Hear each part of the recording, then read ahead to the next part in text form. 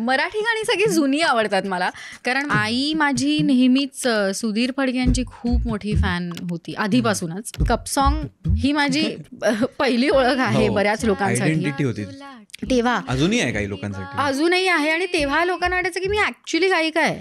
आबा लागत माया तुझी आम्हावरी राहू दे, आबा लागत माया तुझी आम्हावरी राहू दे. मी 6वीत असताना ना आम्हाला शाळेत विचारलं होतं की कोणाला काय करायचं आहे आयुष्यात असं. I said I want to be a CID officer. माझे आजोबा खूप कडक होते. गाणं शिकायला परमिशन होती, नाच शिकायची परमिशन थेट परमिशनच नाही. आजोबांसाठी फिल्म इंडस्ट्रीची आयडिया कधी चांगली नव्हतीच. बरोबर. कारण आपल्यापर्यंत जी माहिती पोचते ती सगळी नाही, ते वाया गेलेलेच आहेत आणि ते असेच आहेत आणि तसं. त्यामुळे मग त्याला ती कॉन्स्टंटली भीती असायची की अरे बापरे, नाच गाणी आणि मग अभिनय हे म्हणजे प्रोफेशनलीही करायला लागली तर तिला तिथे सांभाळणार कोण. मला जितका वेळ त्यांच्याबरोबर मिळाला ना त्या वयात, त्यांच्या त्या वयात, प्राइसलेस होता. काय तुझी माया सांगू श्रीरंगा, संसाराची पंढरी तू केली पांडुरंगा. जेव्हा माझी पहिली तेलुगू फिल्म झाली तेव्हा मला असं वाटलं की बापरे, मला हे येणारच नाही आहे, पण आपण बघूया, करून पाहूया. पण मला हेच करायचं आहे. ही एक मोमेंट होती माझ्यासाठी, कारण मी 7वीत ॲक्च्युली स्टेजवर पहिल्यांदा शाळेच्या गॅदरिंगसाठी केलेलं नाटक होतं. असं काही नाही की मी काहीतरी मोठं करायला गेलो, काहीतरी कमाल वेगळंच असं. मी त्यामध्ये खूप बिलीव्ह करते की घरी जायचं असेल तर तुम्ही कोणताही मोड ऑफ ट्रान्सपोर्ट घ्यायचा प्रयत्न कराल, कारण घरी पोचायचंय, तो गोल आहे. आणि मग 10 रिक्षावाल्यांनी नाही म्हटलं म्हणून तुम्ही तिथे उभे नाही राहणार. वर्स्ट केस तुम्ही चालाल ना, पण तुम्ही एक काहीतरी शोध लावाल की मी कसं घरी कशी पोचू शकते. सो तो मॉटो मी फॉलो केला. विठू माऊली तू माऊली जगाची, विठू माऊली तू माऊली जगाची, माऊली त मूर्ती विठ्ठलाची.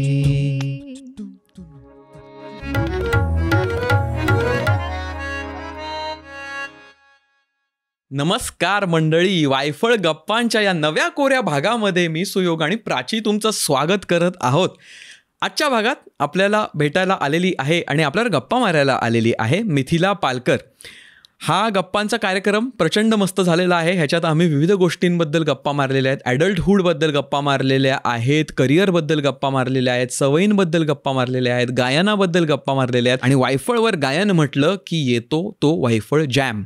तो देखील आजच्या भागात आपण केलेला आहे आणि तो तुम्ही इंट्रोच्या टीजरमध्ये पाहिलेला आहे. तर असा मजेदार, विचार करायला लावणारा झकास भाग मी लगेचच लावतोय. पण तत्पूर्वी तुम्ही जर का वायफळला सबस्क्राईब केलं नसेल तर मंडळी का नाही केलं आहे, खालती सबस्क्राईबचं बटन आहे ते दाबून टाका, त्याच्या बाजूला बेल आयकन आहे ते दाबून टाका, म्हणजे आम्ही जे काय तुमच्यासाठी बनवतो एवढ्या कळकळीने ते तुमच्यापर्यंत येऊन पोचेल.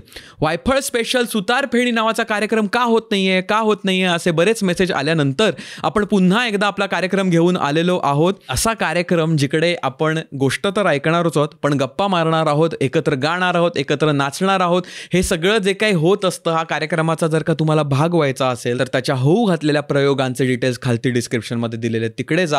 आणि जर का तुमच्याकडे होत असेल तर नक्की या, आम्हाला तुम्हाला भेटायचं आहे आणि तुमच्यावर मजा करायची आहे. आणि बाय द वे 21 सप्टेंबरला पुण्यामध्ये आपले 2 प्रयोग आहेत आणि 28 सप्टेंबरला ठाण्यामध्ये आपला प्रयोग आहे, तर तिकडे या. त्याचबरोबर वायफळ पत्रव्यवहाराचा तुम्ही जर का भाग झाला नसाल तर पटकन व्हा.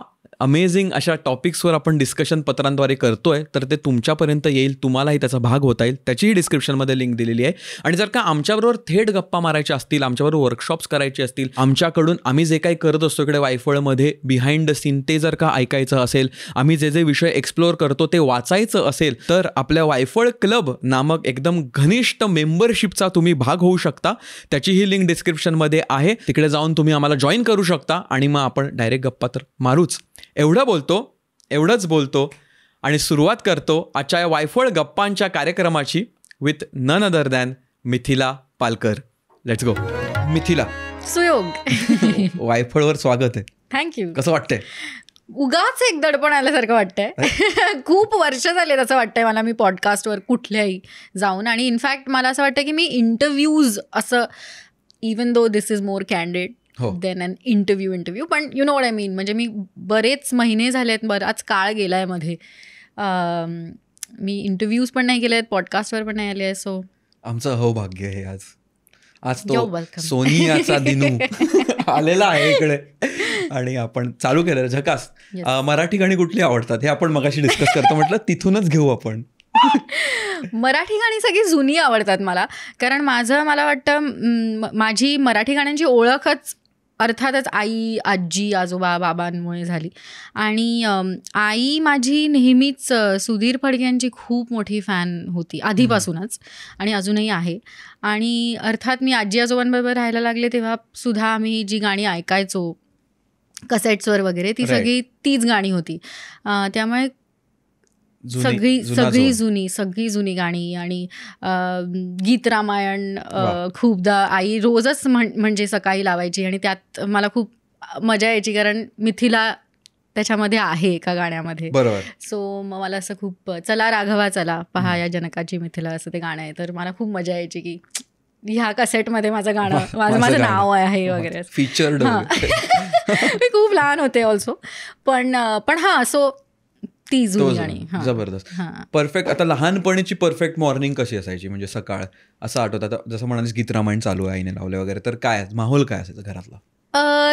सो लहानपणी म्हणजे माझा जन्म दादरचा आहे, पण मी 10 वर्ष मी आई बाबा आणि मी वसईला राहायचो, जिथे ते राहतात आता सुद्धा. तर त्या घरी ते लहानपण असं होतं की असंच म्हणजे माझी आई नेहमीच सकाळी लवकर उठणारी होती आणि मी छान 9 वाजता वगैरे उठायचे, मग बाबा अशी हाक मारायचे, मग बाबा आत यायचा वगैरे असं. म्हणजे I was very spoiled clearly. तर मग असं बाबा येणार आणि मग छान ओके चला बाळा बाहेर जाऊयात वगैरे, असं उचलून वगैरे नाही, पण वॉट एव्हर की असं generally to wake me up की चल आता आपण बाहेर जाऊया. आणि मग दूध, अंघोळ, तयारी, बॅकग्राऊंडमध्ये गाणी सुरूच असायची, कारण माझी आई म्हणजे generally I come from a family of music lovers, त्यामुळे मी वसईत काय दादरमध्ये काय आमच्या घरामध्ये गाणं सतत असायचं in some shape and form. तर आईचा टेप रेकॉर्डर असायचा आणि तिची फेवरेट गाणी सुरू असायची आणि मग त्या गाण्यांमध्ये ब्रेकफास्ट आणि शाळेत जायची तयारी. शाळा अराउंड 11 वाजता मी 10:30 मी निघायचं, माझी बस यायची तेव्हा, आणि मग शाळेत अशी ती सकाळ असायची. कोणत्या शाळेत जायची तेव्हा? कॉन्व्हेंट स्कूलमध्ये जायचे. वसईत कॉन्व्हेंट स्कूल आहेत, बऱ्याच आहेत आणि खूप दूर आहेत म्हणजे, त्यामुळे मग आम्ही सगळेच बसनी जायचो. आणि मग दादरला आल्यावर ते कम्प्लिटली बदललं, कारण दादरच्या शाळात मी म्हणजे माझ्या शाळेत तरी मी चालत जायचे, त्यामुळे ते खूपच तो एक शिफ्ट झाला होता. पण तेव्हा बसनी. बरोबर. तर ते त्याच्यातलं हे. पण लहानपणी आय थिंक वसई आणि दादर दोन्ही कम्प्लिटली वेगळ्या प्रकारचे, कारण वसई एकदम मोकळं आहे आणि तिकडे बऱ्यापैकी जाऊ शकतो सायकल वगैरे कुठे पण. आता जिथे आई बाबा राहतात तितकं नाही राहिलंय तसं. म्हणजे एव्हरी टाइम मी तिथे जाते मला असं वाटतं अरे मलाच आता ओळखू येत नाही वसई, इतकं ते बदललंय. पण हो तरी त्यातलं कम्पॅरेटिव्हली मोकळं आहे. नक्कीच. आणि दादर थोडा बिल्डिंग आणि एकदम रस्त्यावर रहदारी वगैरे असा सगळा झोन आहे. कितवीत असताना दादरला तू आलीस? मग पण मी 5वी सुरू झाली मग मी दादरमध्ये आले. ओके. मग 5वी पासून म्हणजे मी दादर. ते पण म्हणजे स्टील खूप यंग. हो, लहानच. हो. मग त्यावेळेचं दादर आठवतं तुला? म्हणजे काय असायचं? शाळेनंतर काय करायचीस तू? शाळेनंतर थेट घरी, आणि आजी तेव्हा स्वयंपाक करायची आणि माझ्या आजीचा स्वयंपाक जनरली खूप फेमस होता अमंगस्ट ऑल आवर फ्रेंड्स, म्हणजे फ्रॉम जनरेशन, म्हणजे आई आणि माझ्या मावशांचे फ्रेंड्स आणि मग आमचे असं, आणि फॅमिली तर अर्थातच. पण घरी यायचे थेट, कारण भूक लागलेली असायची. दुपारची वेळ 1 वाजता शाळा सुटायची, 1:15 वाजता. मग चालत गप्पा मारत मैत्रिणींबरोबर, आणि आम्ही सगळ्या माझ्या अजूनही लहानपणीच्या मैत्रिणी आम्ही 5-5 मिनिटावर राहतो एकमेकांपासून. तर ती गंमत असायची की चालत एकीचं घर मग दुसरीचं घर असं करत आम्ही घरी यायचो. आणि मग मम्मा प्रिव्हिलेज होतं सगळंच की मम्मानी जेवण केलेलं असायचं किंवा करत असायची, गरम चपात्या करत असायची, आणि मग घेऊन मम्माला सगळं सांगायचं घरी, म्हणजे शाळेत काय झालं ते, तिच्याशी गप्पा मारत जेवण. आणि मग जनरल. पण मग असं क्लास म्हणजे इकडे तिकडे असं किंवा गाणं नाच वगैरे असं काय होतं लहानपणी तुझ्या? गाणं शिकायला परमिशन होती, नाच शिकायची परमिशन नव्हती. थेट परमिशनच नाही. वाव. माझे आजोबा खूप कडक होते. ओके. आणि म्हणजे आता मी त्याला अरे भाऊ म्हणायचे. सो असं वाटू शकतं लोकांना की काय अपमान आणि डिसरिस्पेक्ट वगैरे, पण असं नाही आहे. त्यालाच नाही आवडायचं अहो म्हटलेलं. आणि मला वाटायचं लहान आजोबा असं म्हणत असतील तर आपण तरी काय करणार ना. एक्झॅक्ट. ऍक्च्युली काय आहे ना, मला असं वाटायचं की सगळेच त्यांच्या आजोबांना अरे म्हणतात. जोपर्यंत माझं एक्सपोजर मी बऱ्याच लोकांना भेटले, म्हटलं नाही हे ना त्यांच्या बाबांना, म्हणजे मी बाबाला सुद्धा अप्पा कुठं आहे अप्पा तुझा तर भाऊला मी अरे वगैरे म्हणायचं. म्हणजे आय एम शुअर की मला ते दाखवायचं नाहीत, पण त्यांना इतर लोकांना वाटू शकतं की हे काय म्हणजे अरे भाऊ काय असतं. पण माझ्या बाबालाही नाही आवडत अहो म्हटलेलं आणि माझ्या आजोबांनाही नाही आवडायचं. तर भाऊ जितका प्रेमळ होता तो तितकाच कडक होता. आणि मला असं वाटतं की दहशत होती म्हणजे भाऊची. मी घाबरायचे त्याला प्रॉपर, म्हणजे इतकी घाबरायचे की दुसरी गोष्ट आधी सांगते की परमिशन का नव्हती हे तुला आपोआप कळेल. म्हणजे मी इतकी घाबरायचे की माझ्या शाळेतल्या मैत्रिणी अजूनही त्यांना आठवण आहे ह्याची की त्यांच्या घरापासून शिवाजी पार्क एवढं लांब नव्हतं. आणि मी म्हणजे पार्कातून घरी यायला मला साधारण 10-15 मिनटं वगैरे लागत असतील मॅक्सिमम. म्हणजे हे पण टवाळक्या करत आले तर.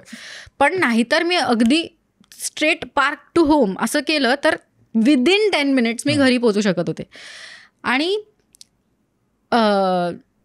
जशी जशी मी मोठी होत गेले तसा तसा माझा कर्फ्यू थोडा पुश होत गेला. सो 7, 7:15, 7:30 असं झालं. सो शेवटचा 7:30 म्हणजे कॉलेजच्या आधीचा माझा 7:30 होता. आणि मी 7 वाजल्यापासूनच कापायला लागायचे लिटरली की नाही ना मला घरी जायचं, मला घरी जायचं, मला घरी जायचं. 7:10ला मी तिकडून घरी की भाऊ ओरडला नाही पाहिजे. त्यामुळे तो इतका कडक होता. आणि मग नाच वगैरे चांगल्या घरातल्या मुली नाचतात का? हो असं गाणं नाच पण नाही असं नाही. आय थिंक मला असं वाटतं त्याची जास्त भीती त्याच्यासाठी अशी होती की मी जास्त त्यात वाहवत जाईन आणि अभ्यास राहील बाजूला. कारण माझी ती वृत्ती होती की मी खूप अभ्यासू वगैरे कधीच नव्हते. शाळेत सुद्धा मी म्हणजे असं नाही की मी नापासच झाले किंवा कमीच मार्क आलेत, ते तर शक्यच नव्हतं. म्हणजे कमी वगैरे मार्काचा ऑप्शनच नव्हता मला. पण having sed all of that की असं नाही की I was that student also. पण ॲट द सेम टाइम मला ऑप्शन दिला तर मी छान क्लासच्या बाहेरच बसेन अशी मी होते म्हणजे. आणि लहानपणीपासूनच मला मुझे तो सिंगिंग और डान्सिंग का कितना शौक है सबको पता था. तर त्यामुळे मी शाळेत सगळं म्हणजे एलोक्युशन कॉम्पिटिशन्स, गाण्याच्या हे कॉम्पिटिशन्स किंवा म्हणजे ग्रुप सिंगिंग डान्सिंग सगळं लिटरली नाटकात असायचे मी. त्यामुळे मी क्लासच्या बाहेरच असायचे प्रॅक्टिकली. तर भाऊचं असं म्हणणं होतं की शाळेत करतेस ते सगळं ठीक आहे, पण त्याच्यानंतर आपल्याला अभ्यासच करायचा आहे, म्हणजे सिरियसली काम करायचं आहे. त्यामुळे की तुला मी नाचाच्या क्लासमध्ये वगैरे गाण्याच्या क्लासमध्ये टाकायला लागलो तर तू तिथेच जाशील, व्हावशील. तर तेव्हाच असं मी 11वीत गेले ना, त्याच्यानंतर मी परत एकदा त्याला म्हटलं की आता झाली ना शाळा, आता मी जाते कॉलेजमध्ये, तर मी शिकू का जरा. तर मग मी कथ्थक शिकले, 3 वर्ष कथ्थक शिकले, मी परीक्षा दिल्या. तर असं नाही की नाहीच, पण त्याचं असं खूप होतं की नाही टाइमपास वेगळा, हे अभ्यास इज मोर इम्पॉर्टंट. तर त्याचे ते किती क्लासेस कर तू, काही ते सगळं शिकायचं असेल दॅट्स फाईन. पण कधी CET वगैरेच्या मी दिशेलाच गेले नाही, त्यामुळे ते क्लासेस नाही झाले माझ्या आयुष्यात. पण गाण्याचा प्रयत्न केला मी लहानपणी, पण मग शाळा आणि मग काहीतरी होता मी आत्तापर्यंत 3दा तरी I have tried starting singing. कारण की मला असं वाटतं की music is very close to my heart. आणि दॅट इज वन थिंग की ते मला परस्यू करायला ॲक्च्युली आवडेल आणि ते शिकायला नक्कीच आवडेल. त्यामुळे मग अजूनही माझा प्रयत्न आहे सुरू की मी परत गाण्याच्या क्लासला जाईन. पण अदरवाईज म्हणजे मी पण तू गातेस कमाल. थँक्यू. चांगलं गातेस नाही, मला नाहीये तो कॉन्फिडन्स नाहीये. आणि मी इनफॅक्ट म्हणजे खूप चांगली मैत्रीण आहे अवंती पटेल, जी स्वतः खूप सुंदर गाते. ओ गाणेवाली. करेक्ट. तर तिला मी एक दिवशी असाच 3 महिन्यापूर्वी फोन केला आणि म्हटलं की हे बघ, मला ना मला गायला सांगितलं की मी खूप कॉन्शियस होते. मी माझी गाते आणि तेवढं मला माहिती आहे की मला सुराची जाणीव आहे, जाण आहे. त्यामुळे मी अगदीच मी काहीही गात नाही हेही मला माहिती आहे. पण at the same time confidently मी गायला सांगितलं की आता तू गा, तर मी असं आधी माझी रिॲक्शन असते की मला नाही येत गाता. पण मला तो कॉन्फिडन्स वाढवायचा आहे आणि मला ते बदलायचं आहे माझ्याबद्दल. कारण मी इतके गाण्याचे व्हिडिओज वगैरे टाकते माझ्या प्रोफाईलवर की लोकांना ऑब्व्हियसली म्हणजे कप सॉन्ग ही माझी पहिली ओळख आहे बऱ्याच लोकांसाठी होती तेव्हा. अजूनही आहे काही लोकांसाठी, अजूनही आहे. आणि तेव्हा लोकांना वाटायचं की मी ऍक्च्युली गायिका आहे, कारण तीच पहिली ओळख होती ना. तर आणि मी आता असं म्हणते की नाही नाही मी गात नाही, तर it becomes a little bit of like अच्छा कशाला Y you pretending you know. तर भाव खाते एक्झॅक्टली. तर मी तसं न करता मला ॲक्च्युली गायला आवडेल, मला माझा कॉन्फिडन्स वाढवायला आवडेल आणि ती मला मदत करते त्यासाठी. मस्त. हां, तर अर्थातच विथ आवर स्केड्युल्स इट्स खूप कठीण होतं ते मॅच करणं, पण she is being patient with me, so I am glad. पण चालू आहेत प्रयत्न चालू. कारण माझं कसं, मी आत्मविश्वासाने चुकीचं गातो. कॉन्फिडन्स प्रॉब्लेम नाही मला, मी गाणार, पण ते चुकीचं होऊ शकतं. अगदीच चुकीचं नाही होत, पण थोडंफार बारकावं इकडे तिकडे होऊ शकतात. त्यामुळे माझा उलटाच प्रॉब्लेम आहे. पण चांगला आहे, तू आत्ता शिकतेस. लहानपणी तू आजी आजोबा आणि तू असं तिघच होतात तिकडे दादरला? नाही, मी 8वीत असेपर्यंत माझी बहीण होती, मग ती अमेरिकेत गेली शिकायला. किती वय तुमचं? 7 वर्ष. 7. मग मोठी आहे. हां, बऱ्यापैकी मोठी. ती पहिलीच असताना तू झालीस? हां, या. आणि मग तर ती आजी आजोबांबरोबरच असायची नेहमी. आणि मग मला मम्मा भाऊकडे यायचं होतं. आणि माझा जन्म इथलाच आहे, त्यामुळे मला its home, it's always been home. तर मी 5वीत आले आणि मग घरी आम्ही म्हणजे मी 8वीपर्यंत आजी आजोबा, पणजी पणजोबा आणि ताई आणि मी असे आम्ही 6 जण. नाही, काय म्हणते मी, पणजोबा इनफॅक्ट ज्या वर्षी मी आले त्या वर्षी ते गेले होते, म्हणजे त्याच वर्षी जानेवारीमध्ये ही हॅड पास्ट. पण थोडा वेळ होते तू असता. पण आठवणीत आहेत माझ्या, चांगलेच आठवणीत आहेत माझ्या. तर मी 9 वर्षाची होते तोपर्यंत ते होते ना, त्यामुळे ते आहेत माझ्या लक्षात. म्हणजे आणि हे आईचे आई बाबा आहेत की बाबांचे? आईचे आई बाबा. आईचे आई बाबा. बाबांचे आई बाबा मी नाही भेटले त्यांना, पण आईचे आई बाबा आणि मग भाऊचे आई बाबा, पणजी पणजोबा. तर ज्या वर्षी मी इथे आले त्या वर्षी काका गेले होते, काका म्हणायचो आम्ही त्यांना. आणि मग पपाई, तिचं नाव कसं पडलं ते मी सांगू शकते तुला, पण पपाई असं नाव आहे त्यांचं. आम्ही ताई आणि मी तिला, आणि मग आमचे कझन्स तिला पपाई म्हणतो. कारण ताई लहान असताना पपाई चपात्या करायची, ज्याला ताई पापा म्हणायची, मग पापा करणारी आई पपाई, असं तिने नाव ठेवलं. सो ते दॅट स्टक. तर पपाई होती. मी 7वीपर्यंत होते, माझ्या 7वीपर्यंत ती होती. आणि मग शी पास्ट अवे. मग it was just the 4 of us for that 1 year. आणि नंतर अनेक वर्ष मम्मा भाऊ आणि मी. असं तुमचं युनिट. हां, म्हणजे तेच आमचं जग होतं बरीच वर्ष.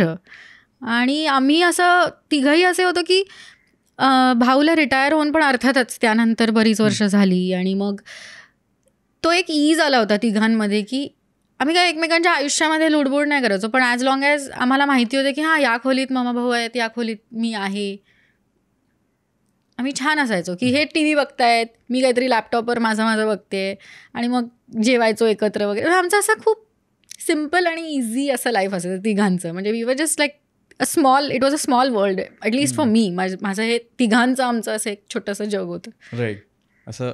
पण ह्या छोट्याशा जगातनं, कारण तू पुढे काम करून खूप लोकांपर्यंत पोचलीस, राईट. तर मला ते थोडं विचारायचं होतं की तुला तो आउटलुक किंवा एक वर्ल्ड व्ह्यू असतो ना आपला, कारण आपला जसा वर्ल्ड व्ह्यू असतो तसे आपण खूप प्रयत्न करतो. जर का वर्ल्ड व्ह्यू लिमिटेड असेल तर आपण थांबतो एका ठिकाणी की एवढं ठीक आहे माझ्यासाठी, ह्याच्या पुढे जायची गरज नाही, कारण त्याच्या पुढचा विचारच केलेला नसतो. तर त्याच्याबद्दल सांगशील का की तो लुकिंग ॲट द वर्ल्डचा पॉईंट ऑफ व्ह्यू कसा तुझा शेप झाला? That's a good question. Generally मला ॲक्टर बनायचं आहे हेच एक किती लांबचं स्वप्न, म्हणजे स्वप्न आहे आणि ते किती लांबचं आहे, कारण त्या जगातूनच मी आले नाही आहे. माझ्या अवतीभोवती कोणी तसं नव्हतंच ह्या फील्डमधलं तसं. आणि हे जे काय मी आधी तुला सांगितलं की त्याची जी काही भीती होती भाऊची, ती खूप it came from a very protective space, जे मला अर्थातच आपण मोठे होतो मग आपल्याला कळायला लागतं ना ते का बोलत असेल तो तसं. तर ह्या फील्डमध्ये म्हणजे आता तू इमॅजिन कर, मध्यमवर्गीय मराठी घरातून मी आलेले असताना आता माझे आजोबा म्हणजे आईबाबांचा सपोर्ट होता, पण ते पुन्हा एक वेगळं जनरेशन. आजोबांसाठी इंडस्ट्री, फिल्म इंडस्ट्रीची आयडिया कधी चांगली नव्हतीच. बरोबर. कारण आपल्यापर्यंत जी माहिती पोचते ती सगळी नाही ते वाया गेलेलेच आहेत आणि ते असेच आहेत आणि तसं हीच ॲटलिस्ट तेव्हा तरी तशीच पोचायची. बरोबर. त्यामुळे मग त्याला ती कॉन्स्टंटली भीती असायची की अरे बापरे, नाच गाणी आणि मग अभिनय हे म्हणजे प्रोफेशनलीही करायला लागली तर तिला तिथे सांभाळणार कोण, कारण आपल्या ओळखीचे लोक तिथे कोणीच नाही आहेत.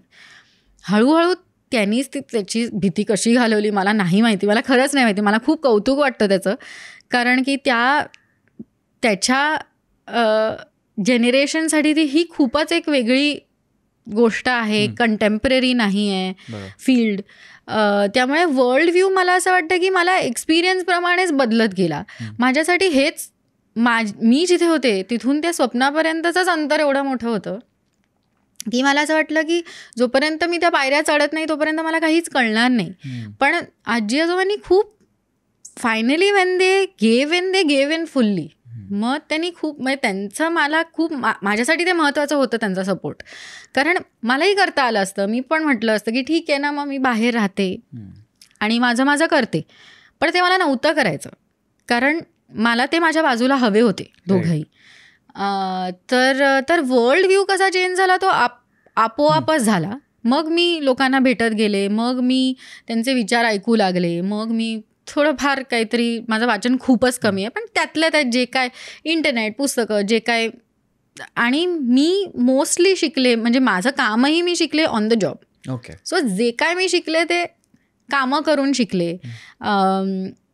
कोणीच मग इव्हेंच्युअली आपल्याला शिकवत नाही की इंटरव्ह्यूज असे द्यायचे किंवा ॲक्टिंग बरोबर हे सगळं सुद्धा की तुम्हाला तुमची स्टाईल आणि तुमची ब्रँड वगैरे हे सगळं मी सगळंच ऑन द जॉब शिकले. So I think my world view also started changing as and when I started like just kept moving. Right. But तुझा अप्रोच वॉज की पुढे दॅट वॉज माय अप्रोच. हां, तुझ्या प्रश्नाचं सिम्पल उत्तर हे असतं की पण हो तोच अप्रोच होता की ठीक आहे ना, आता ते स्वप्न खूप लांब आहे पण ते स्वप्न पाहिलं आहे आणि मला तिथे पोचायचं आहे. आणि हेच स्वप्न होतं की मला ॲक्टर बनायचं आहे. त्यात कुठेही त्याचे फिल्टर्स नव्हते की मला सुपरस्टारच व्हायचं आहे, मला फेमसच व्हायचं आहे किंवा मला अशाच प्रकारचा ॲक्टर व्हायचं, असं काही ना. मला रोज ॲक्टिंग करता येईल असं मला काहीतरी करायचं होतं. आणि ते तसंच अचीव्ह होणार होतं ॲटलिस्ट माझ्या लिमिटेड माहितीप्रमाणे की आता मला माहीत नाही कसं करायचं हे, तर बघूया, हे करून बघूया, मग ते करून पाहूया.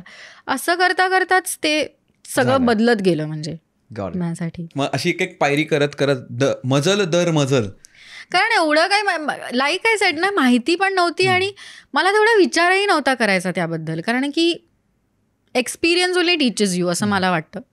आणि माझ्या बाबतीत तर तेच घडलंय. राईट. मला आजी आजोबांबद्दल विचारायचं आहे, त्यांचे काय ट्रेट्स आहेत, पर्सनॅलिटी ट्रेट्स आहे तुला वाटतं की तू ॲब्झॉर्ब केलेस, कारण 5वी म्हणजे व्हेरी यंग टू ॲब्झॉर्ब.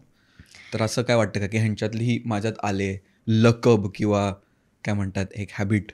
मला आली आहे की नाही माहीत नाही, पण मम्माबद्दल असं खास करून वाटतं की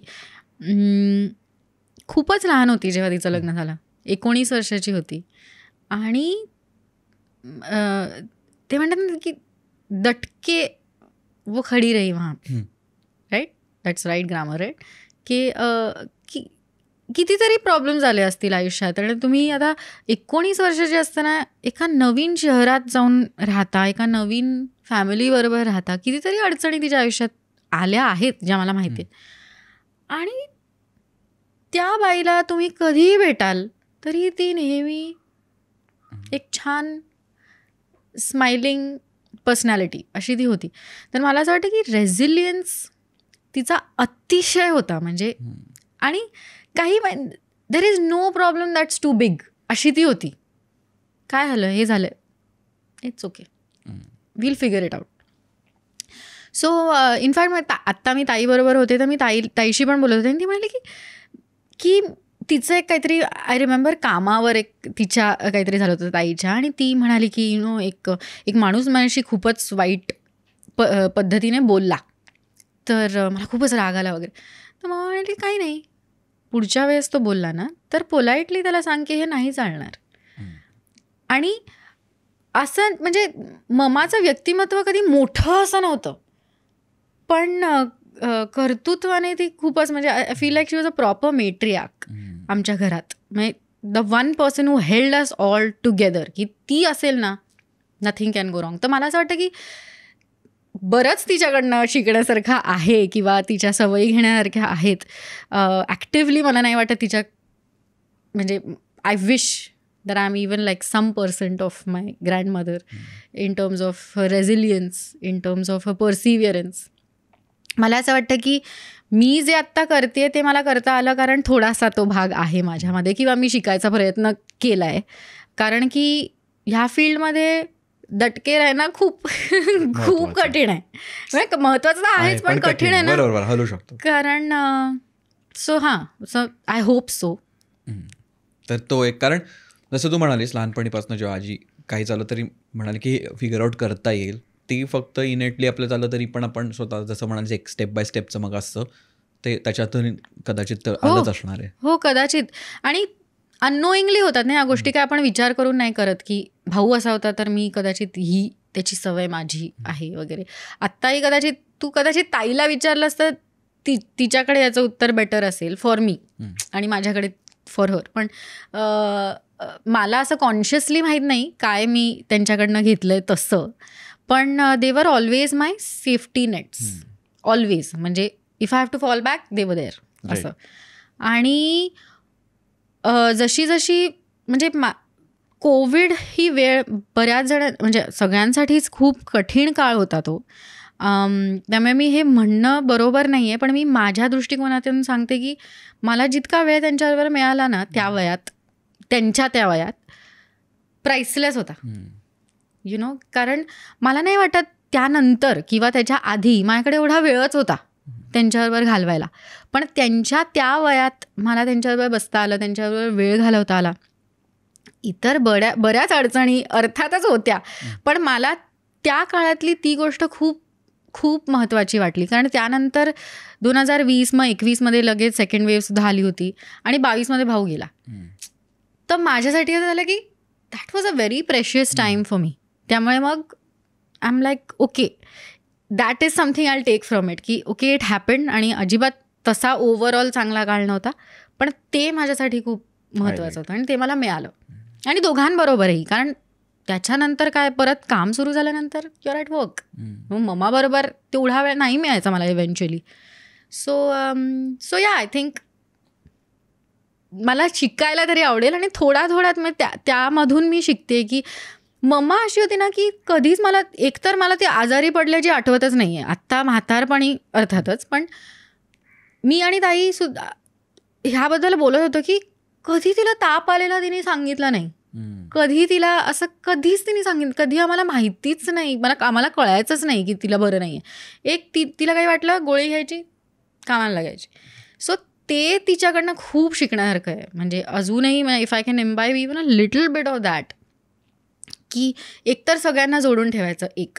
दुसरं, there is no problem that's too big. Right. That's a very big lesson, generally life lesson म्हणून मला असं वाटतं. आणि कोणीही तिला ओळखायचं ना, ती खुश असायची बाई, खुश. पण because there is no problem that's too big, okay will figure it out. म्हणजे you can always, time always passes ना, तर it heals in whatever shape and form. मग तुम्ही बदलाल किंवा तुमची मतं बदलतील वगैरे, पण त्या गोष्टीपासून तुम्ही दूर गेलात ना. सो या दॅट. कारण आता तू जसं म्हणालीस ना की तिला बरं नसायचं किंवा त्यांना बरं नसायचं तेव्हा कळायचंही नाही, आणि तेव्हा मला मग तोच विचार आला की घरात कोणाला बरं नसतं थोडंसं पण तर पूर्ण घराचं मोराल पूर्ण डाऊन होऊन जातं. म्हणजे लहान मुलांच्या बाबतीत आपण बघतो कारण ते खूपच एकदमच काय म्हणतात काळजीपूर्वकरित्या लहान मुलांना इकडे तिकडे, पण जेव्हा घरातली मोठी व्यक्ती किंवा अगदी आई बाबा आजी आजोबा कोणत्याही लोकांचं त्यांना बरं नसतं थोडंसं पण तसं एकदम सगळं, कारण आपल्याला नेहमी ते फिटच आहेत आणि त्यांना काही होऊच शकत नाही, ह्याच झोनमध्ये आपण असतो. तिच्या बाबतीत तसं होतं. म्हणजे तेव्हा सुद्धा जेव्हा तिला जरा पण काही आजार व्हायचा ना, तेव्हा म्हणजे तापही साधा, तेव्हा पण आम्हाला वाटायचं की जेव्हा आम्हाला कळायला लागलं की तिला अच्छा आता मम्माला ताप आलाय, तेव्हा आम्हाला वाटायचं की अरे मम्माला ताप कसा येऊ शकतो, तिला बरं कसं नसू शकतं वगैरे. आता बोलता बोलता एक गोष्ट आठवली की भाऊ हे स्वतः माझ्याबद्दल बोलायचा की भाऊ was always the jack of all trades is how he identified himself, master of none. Tabla वाजवायला आवडायचा, फ्लूट वाजवायला आवडायची, फोटोग्राफी खूप आवडायची. आमच्या फॅमिलीमधले आणि एक्सटेंडेड फॅमिलीमधले एवढे फोटोग्राफ्स आहेत घरामध्ये, ते सगळे भाऊनी काढलेले आहेत. माझ्यासाठी तो त्याचा एक कॅमेरा पण त्यांनी दिला होता, तो अजूनही मी लॉकच करून ठेवला अर्थातच, म्हणजे तो वापरत नाही, पण it's like a thing for me. तर असं वगैरे. आणि मग आय थिंक कुठेतरी त्यांनी मला त्याच्या स्वतःला माझ्यात पाहिलं इन दॅट सेन्स, आणि तो हे मम्माला बोलला आहे. आणि मला अचानक आत्ता ते आठवलं मम्माला, कारण बऱ्याच काळात मला अभिनय करायचा हा कॉन्सेप्टच बादच होता ना, की कारण त्याची कारणं वेगळी असली तरी त्याचा आउटकम हा होता की नाही करायचं आहे, आपण आपल्याला नोकरी करायची आहे वगैरे असं. आणि कारण तेच होतं की कसं होणार, आपल्या कोणालाच काही माहिती नाही आहे आणि ती एकटी त्याच्यात जाणार कसं, like that was the actual approach was that. पण मला सांगितलं गेलं नाही करायचं, असं नाही करायचं आपण. पण एनिवे नंतर तो मम्माला असं म्हणाला आहे आणि मम्माने हे मला सांगितलं आहे की मला जे पाहिजे ते मी केलं आणि काकांनी मला करून दिलं, तर मी का थांबवतोय तिला असं. आणि मग I guess that is a part of him that I have taken. मला जेन्युइनली खूप गोष्टी करायला आवडतात आणि कोणतीच गोष्ट मी एस केली असं नाही वाटत, पण मला खूप गोष्टी करायला आवडतात आणि छान करायला आवडतं. म्हणजे असं नाही उगाच नाही, थातूर मातूर नाही, हां, पण काही म्हणजे त्याच्यात मी अगदी म्हणजे टॉप लेवल वगैरे त्याच्यात गाठली असं नाही, पण ठीक आहे. पण तुला आत्ताच्या घडीला व्हॉट फॅसिनेट्स यू, म्हणजे असं काय की जे, कारण काय होतं आजकाल एवढं आपण पाहत असतो किंवा एवढं आजूबाजूला असतं आपल्या कॉन्टेंट म्हणता किंवा काय, ते फॅसिनेशनवालं फिलिंग यायला काय वेळ लागते, कारण आपण वेळ देत नाही असं मला वाटतं बरेच, आपण विचार नाही करत. पण आत्ता असं आहे की तुला की ते एक्सप्लोअर करायचं किंवा तुला त्याच्यात जाणून घ्यायचं असं काय आहे का? म्युझिक मला खूप फॅसिनेटिंग वाटतं, कारण मला एकतर मला असं वाटतं की ते किती मेडिटेटिव्ह आहे. मी जेव्हा लोकांना पाहते व्हॉट एव्हर, म्हणजे म्युझिकल इन्स्ट्रुमेंट तेही एक आहे मला शिकायचं आहे. म्हणालास काय काय आवडेल तुला? कप्पांच्या पल्ल्या, कप्पांच्या त्याच्या पुढे पण मला शिकायला आवडेल. हो, विनोद म्हणून म्हणता असं काय माहिती नाही दॅट्स ओके. मी म्हटलं तसं 9 वर्ष अजून आता मला मी दुसरे तरी इन्स्ट्रुमेंट्स वाजवायला पाहिजेत. हो, I should introduce another aspect to my cap. आणि मग ब्रँड कोलॅब. पण सिरियसली मला असं वाटतं की ते किती छान आणि किती मेडिटेटिव्ह आहे. आता मला अवंती जे शिकवते त्याच्यामध्ये मग ती फार काही, I am trying not to make it too raga based, कारण मला माहिती आहे त्यासाठी तुम्हाला खूप वर्षांचं शिक्षण लागतं. आत्ता मी जे अचीव करायचा प्रयत्न करते त्यासाठी मी अजून तिथे वळले नाही आहे आणि वळेन की नाही माहिती नाही, पण मला जनरल एक ओळख पाहिजे की मला माझ्याच सुरांचं ओरिएंटेशन, स्केलचं ओरिएंटेशन बेटर पाहिजे होतं, समजून घ्यायचं होतं. आणि मग जेव्हा ते तुम्हाला कळायला लागतं, मग ते म्युझिकमधलं मॅथ कळायला लागतं, मग राग कसे बनवले जातात हे कळायला लागतं, म्हणजे समजायला तरी लागतं. आणि मग ते आणखीन मग ते त्याच्यात जसं तुम्ही खोलात जाता तसं ते आणखीनच फॅसिनेटिंग वाटायला लागतं.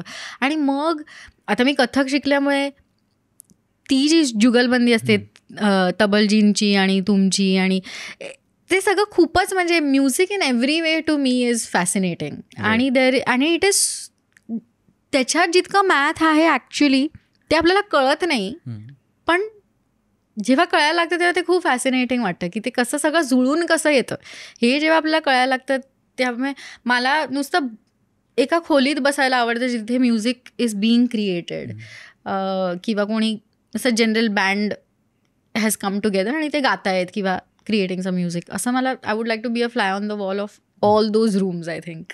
नाईस. मग आता तुला काय ती बंदिश शिकवते की काय, तुझा क्लास कसा दिसतो? हां, म्हणजे बंदिश शिकवते. माझा सुरुवातीचा क्लास अगेन मी म्हटलं ना तसं आपले सूर शोधण्यात मला खूप मजा आली की माझ्या स्केलमधले मी कुठे आहे त्या स्केलवर. आणि मग माझं उदाहरण द्यायचं का तुला? उदाहरण देत सांगू शकतेस किंवा असं काहीतरी? म्हणजे आता तिने मला एक काय म्हणू आपण तानपुऱ्यावर 6 म्हणायला सांगितलं. मग मला कळलं की जी शार्प माझी, काळी 4 माझी स्केल आहे, राईट. आणि आता तिथून माझा 6 सुरू होतो, मग सारेगमप धनी 6, आणि मग तिथून खाली आरोह अवरोह गाताना मग 6 वरून मी म वर जाऊ शकते का थेट, इन्स्टेड ऑफ सिंगिंग सा रे ग, पण मी 6 ते मग गाऊ शकते का, मग तो मला सूर शोधता येतोय का. आणि मग ती मजा खूप वेगळी मला वाटू लागली. आणि मग मला वाटलं की अरे ह्याच्यात मला आणखीन मजा येते शिकायला. त्यामुळे मला I hope that I get to continue. तर ते फॅसिनेशन आहे मला. ते अजून मला आपापलं करता येत नाही आहे म्हणून त्याची खंत आहे, पण मला असं वाटतं की ते शिकून थोडं थोडं येईल. आणि एक दुसरा चॅलेंज मी स्वतःला देते की कीबोर्डवर किंवा पेटीवर वाजवून तो सूर सापडतोच, कारण तुम्ही ऐकून ते करताय. पण तानपुऱ्यात तुम्हाला तिथे पोचायला लागतं, कारण तो तुमचा 6 लागलेला असतो ना. तानपुरा जी काही नोट वाजवत असेल ती नोट तुम्हाला ऐकू येते, पण पहिले आणि नंतरच्या नोट्स तुम्हाला नाही माहिती आहेत. सो ते सगळं, ती जी मजा आहे ना ती खूप वेगळी आहे. सो ते करण्यात मला खूप, आणि एकदम फाउंडेशनल लेवलला शिकायचा प्रयत्न करते खूपच. कारण मला असं वाटतं की बेसिक क्लिअर झालं ना की मग तुम्ही बरंच काही घडवू शकता त्यातून. पण बेसिकच जर तुमचा बेस, फाउंडेशनच तुमचं जर स्ट्रॉंग नसेल तर तुम्ही पुढे जाऊ शकत नाही. आणि हे किती जनरल ही फिलॉसॉफी आहे सगळ्याच बाबतीत. त्यामुळे मला ते रेक्टिफाय करायचं होतं ॲक्च्युली स्वतःसाठी. कारण मला असं वाटतं की तो माझा प्रॉब्लेम आहे, मूळ प्रॉब्लेम तो आहे की माझा फाउंडेशन खूप स्ट्रॉंग नाही आहे. आणि मला अशी लहानपणीपासून हे गाणं ऐकून गायची सवय आहे. त्यामुळे वेगवेगळ्या भाषांमध्ये सुद्धा मी गाते, कारण मला ते ऐकून आय कॅन इम्बाईब दॅट. बरोबर. आणि एम्युलेट दॅट. पण पण ठीक आहे, पण हा कोणता सूर मी लावलाय, हा कोणता स्वर मी लावलाय ते नाही कळत मला, अजूनही नाही कळत, खूपच नवीन आहे. पण मला ते रेकग्नाइज करायला, ते ओळखायला आवडेल. सो त्याचे हे प्रयत्न चालू. पण कमाल आहे, कारण आय थिंक मी पण ह्याच्यात खूप होपलेस आणि क्लूलेस वाटतं मला. कारण ड्रमर म्हणून मी नेहमी मागे बसायचो आणि मला कोणी विचार करायचा नाही. कंपोजिशन करताना मला फक्त म्हणायचं ह्याच्यावर बीट बनव, संपला विषय. आणि ते अगदी मग ह्याच्यात हार्मोनी करूया का, मग कोरसमध्ये असं करू. आणि मी क्लूलेसला बसायचो. आणि मला नेहमी खंत वाटायची की मी लहानपणी तबला शिकलो, कारण मला रिदमचा खूपच वेळ होतो. म्हणजे भांडी बिंडी घरी खूप वाजवायचो. आईबा म्हणायला कप नाही वाजवलेत ते अजून राहिले माझं. हा, ट्रॅशकॅन बिशकॅन सगळं वाजवेश करून टाकलं. मग आईबा म्हणाले ह्याला कुठेतरी पाठवू, मग तबला वगैरे शिकलो. पण मला असं वाटतं जर का लहानपणी मी हार्मोनियम शिकलो असतो किंवा गाण्याच्या क्लासला जरी गेलो असतो शास्त्रीयच्या, तर मला थोडी सुरांची ओळख झाली असती. ते थोडं माझी पण ती खंत आहे की ते लहानपणी झालेली असती ना, तर काय काय गोष्टी मग ऑटो पायलटमध्ये चालतात. आता जरा ऍक्टिव्ह एफर्ट्स घ्यायला लागतात. आता ते आता मला पण शिकायचं आहे ते. कारण 2 गोष्टी, हे दुसरी जरा नवीन आहे आणि ते असं म्हणजे उगाच असं वाटतंय मला की मला ॲक्सेंट्स येत नाहीत. आय विश की मला असं ते कोड चेंज करता आलं असतं. म्हणजे कुठचे इंटरनॅशनल ॲक्सेंट्स म्हणतात? सही, म्हणजे कोणते पण ॲक्च्युली. तर तुम्हाला बेंगॉली, इंग्लिश, आता मराठीत अर्थात मी इंग्लिश बोलेन तर मी ते बोलू शकेन त्या ॲक्सेंटमध्ये म्हणजे. पण भारतीय भाषांमध्ये पण मला फार काही तसं करता येत नाही. मला ॲक्सेंट इन जनरल नॅचरली येत नाही. बरं, दुसरी गोष्ट माझ्याबद्दल मला अशी डिस्कस झाली की, आणि तुझं बरोबर आहे की लहानपणीच हे शिकलं पाहिजे. लहानपणी प्रयत्न केला ना तर ते जमत होतं पटापट. मला वाटलं की येतं, मला येतं. आता जर कोणत्याही गोष्टीला वेळ लागला ना की माझा पेशन्सच जमतो त्या बाबतीत. तर मला ते बदलायचं ॲक्च्युली माझ्याबद्दल की अरे म्हणजे सगळंच आपल्याला नाही येत आणि लागू शकतो वेळ. असं बरेचदा मी युकेलेले, माहिती आहे तरी आपण म्हणजे युकेलेले सुद्धा शिकताना मी म्हटलं अरे म्हणजे बेसिक कॉर्ड्स आले तरी अजून बरेच कॉम्प्लिकेटेड कॉर्ड्स आहेत ते शिकायला लागणारच आहे वेळ, कारण fingers are not going to move so naturally. बरोबर. पण ते नॅचरली काय येत नाही मला ह्याबद्दल. हो, मला का नॅचरली मला का नाही येत. सो ॲक्सेंट्स आणि म्युझिक. पण म्युझिक आय एम ट्राईंग, म्हणजे तेवढं बऱ्यापैकी ट्यून, थोडंसं ऑफ आहे पण ठीक आहे. प्राचीने लगेच इकडे उक्स पाठवून दिलेलं आहे.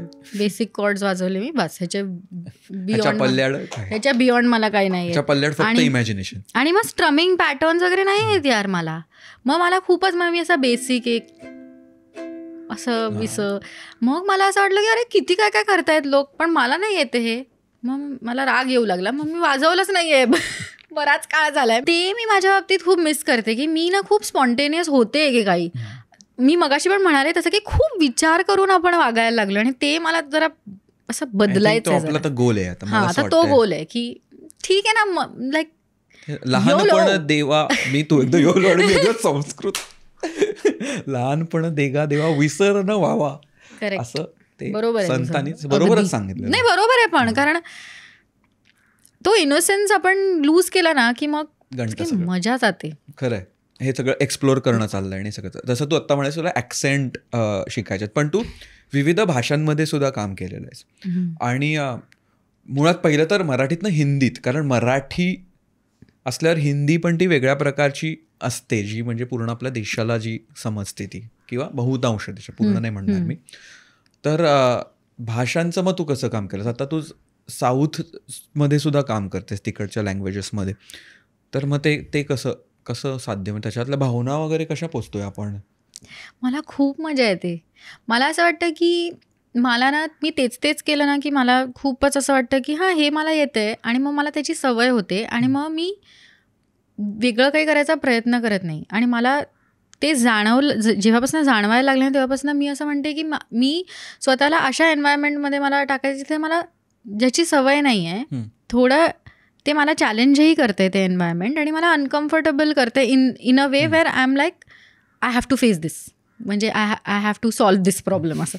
तर जेव्हा मी मी गाणी गायला लागले वेगवेगळ्या भाषेत, आता मला आठवतही नाही की त्याची सुरुवात कुठून झाली. पण मला जसं मी म्हटलं तसं music is universal. It doesn't matter. मी कितीतरी गाणी जेव्हाही गायचे वेगळ्या वेगळ्या भाषांमध्ये, तेव्हाही मी त्या सिंगरचं इमोशन पकडायचे. मला नाही माहिती ती व्यक्ती काय गाते, म्हणजे अर्थ नाही कळत आहे, मी त्या गाण्यातला आणि आवाजातलं इमोशन पकडून मग तसं एम्युलेट करायचा प्रयत्न आहे. पण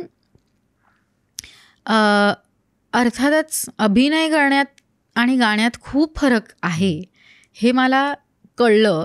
कारण बोलीभाषा आणि म्हणजे आय फील लाईक की आपल्या ब्रेनला रिदमिक गोष्टींची सवय व्हायला, म्हणजे ती पटकन होते, समज त्याची पटकन असते. आणि जनरली प्रोज अँड पोएट्री आणि हे म्युझिक असं. तर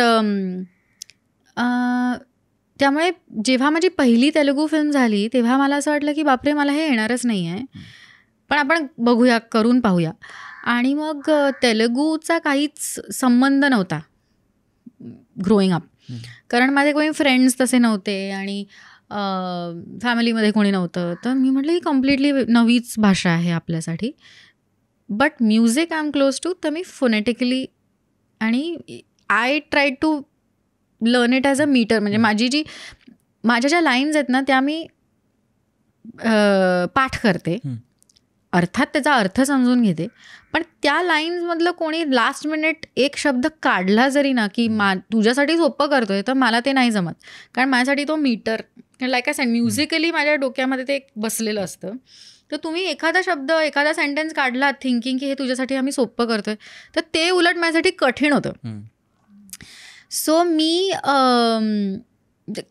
वॉट एव्हर, म्हणजे तुम्ही त्यातला काढा शब्द किंवा घाला, एनिथिंग तुम्ही मला ते आधीपासून द्या आणि ते मीटर माझ्या डोक्यामध्ये सेट राहील. एडिशन करू नका. हां, एडिशन पण करू नका आणि सबट्रॅक्शन पण करू नका, ते तसंच ठेवा.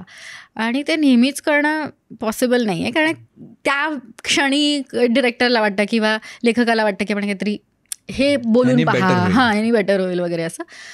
पण तर पहिली तेलुगू फिल्म केली तर मला वाटलं की ओके कठीण आहे पण ठीक आहे. मग माझ्याकडे ही तमिळ फिल्म आली आणि गेल्या वर्षी मी ती पहिली माझी तमिळ फिल्म शूट करत होते.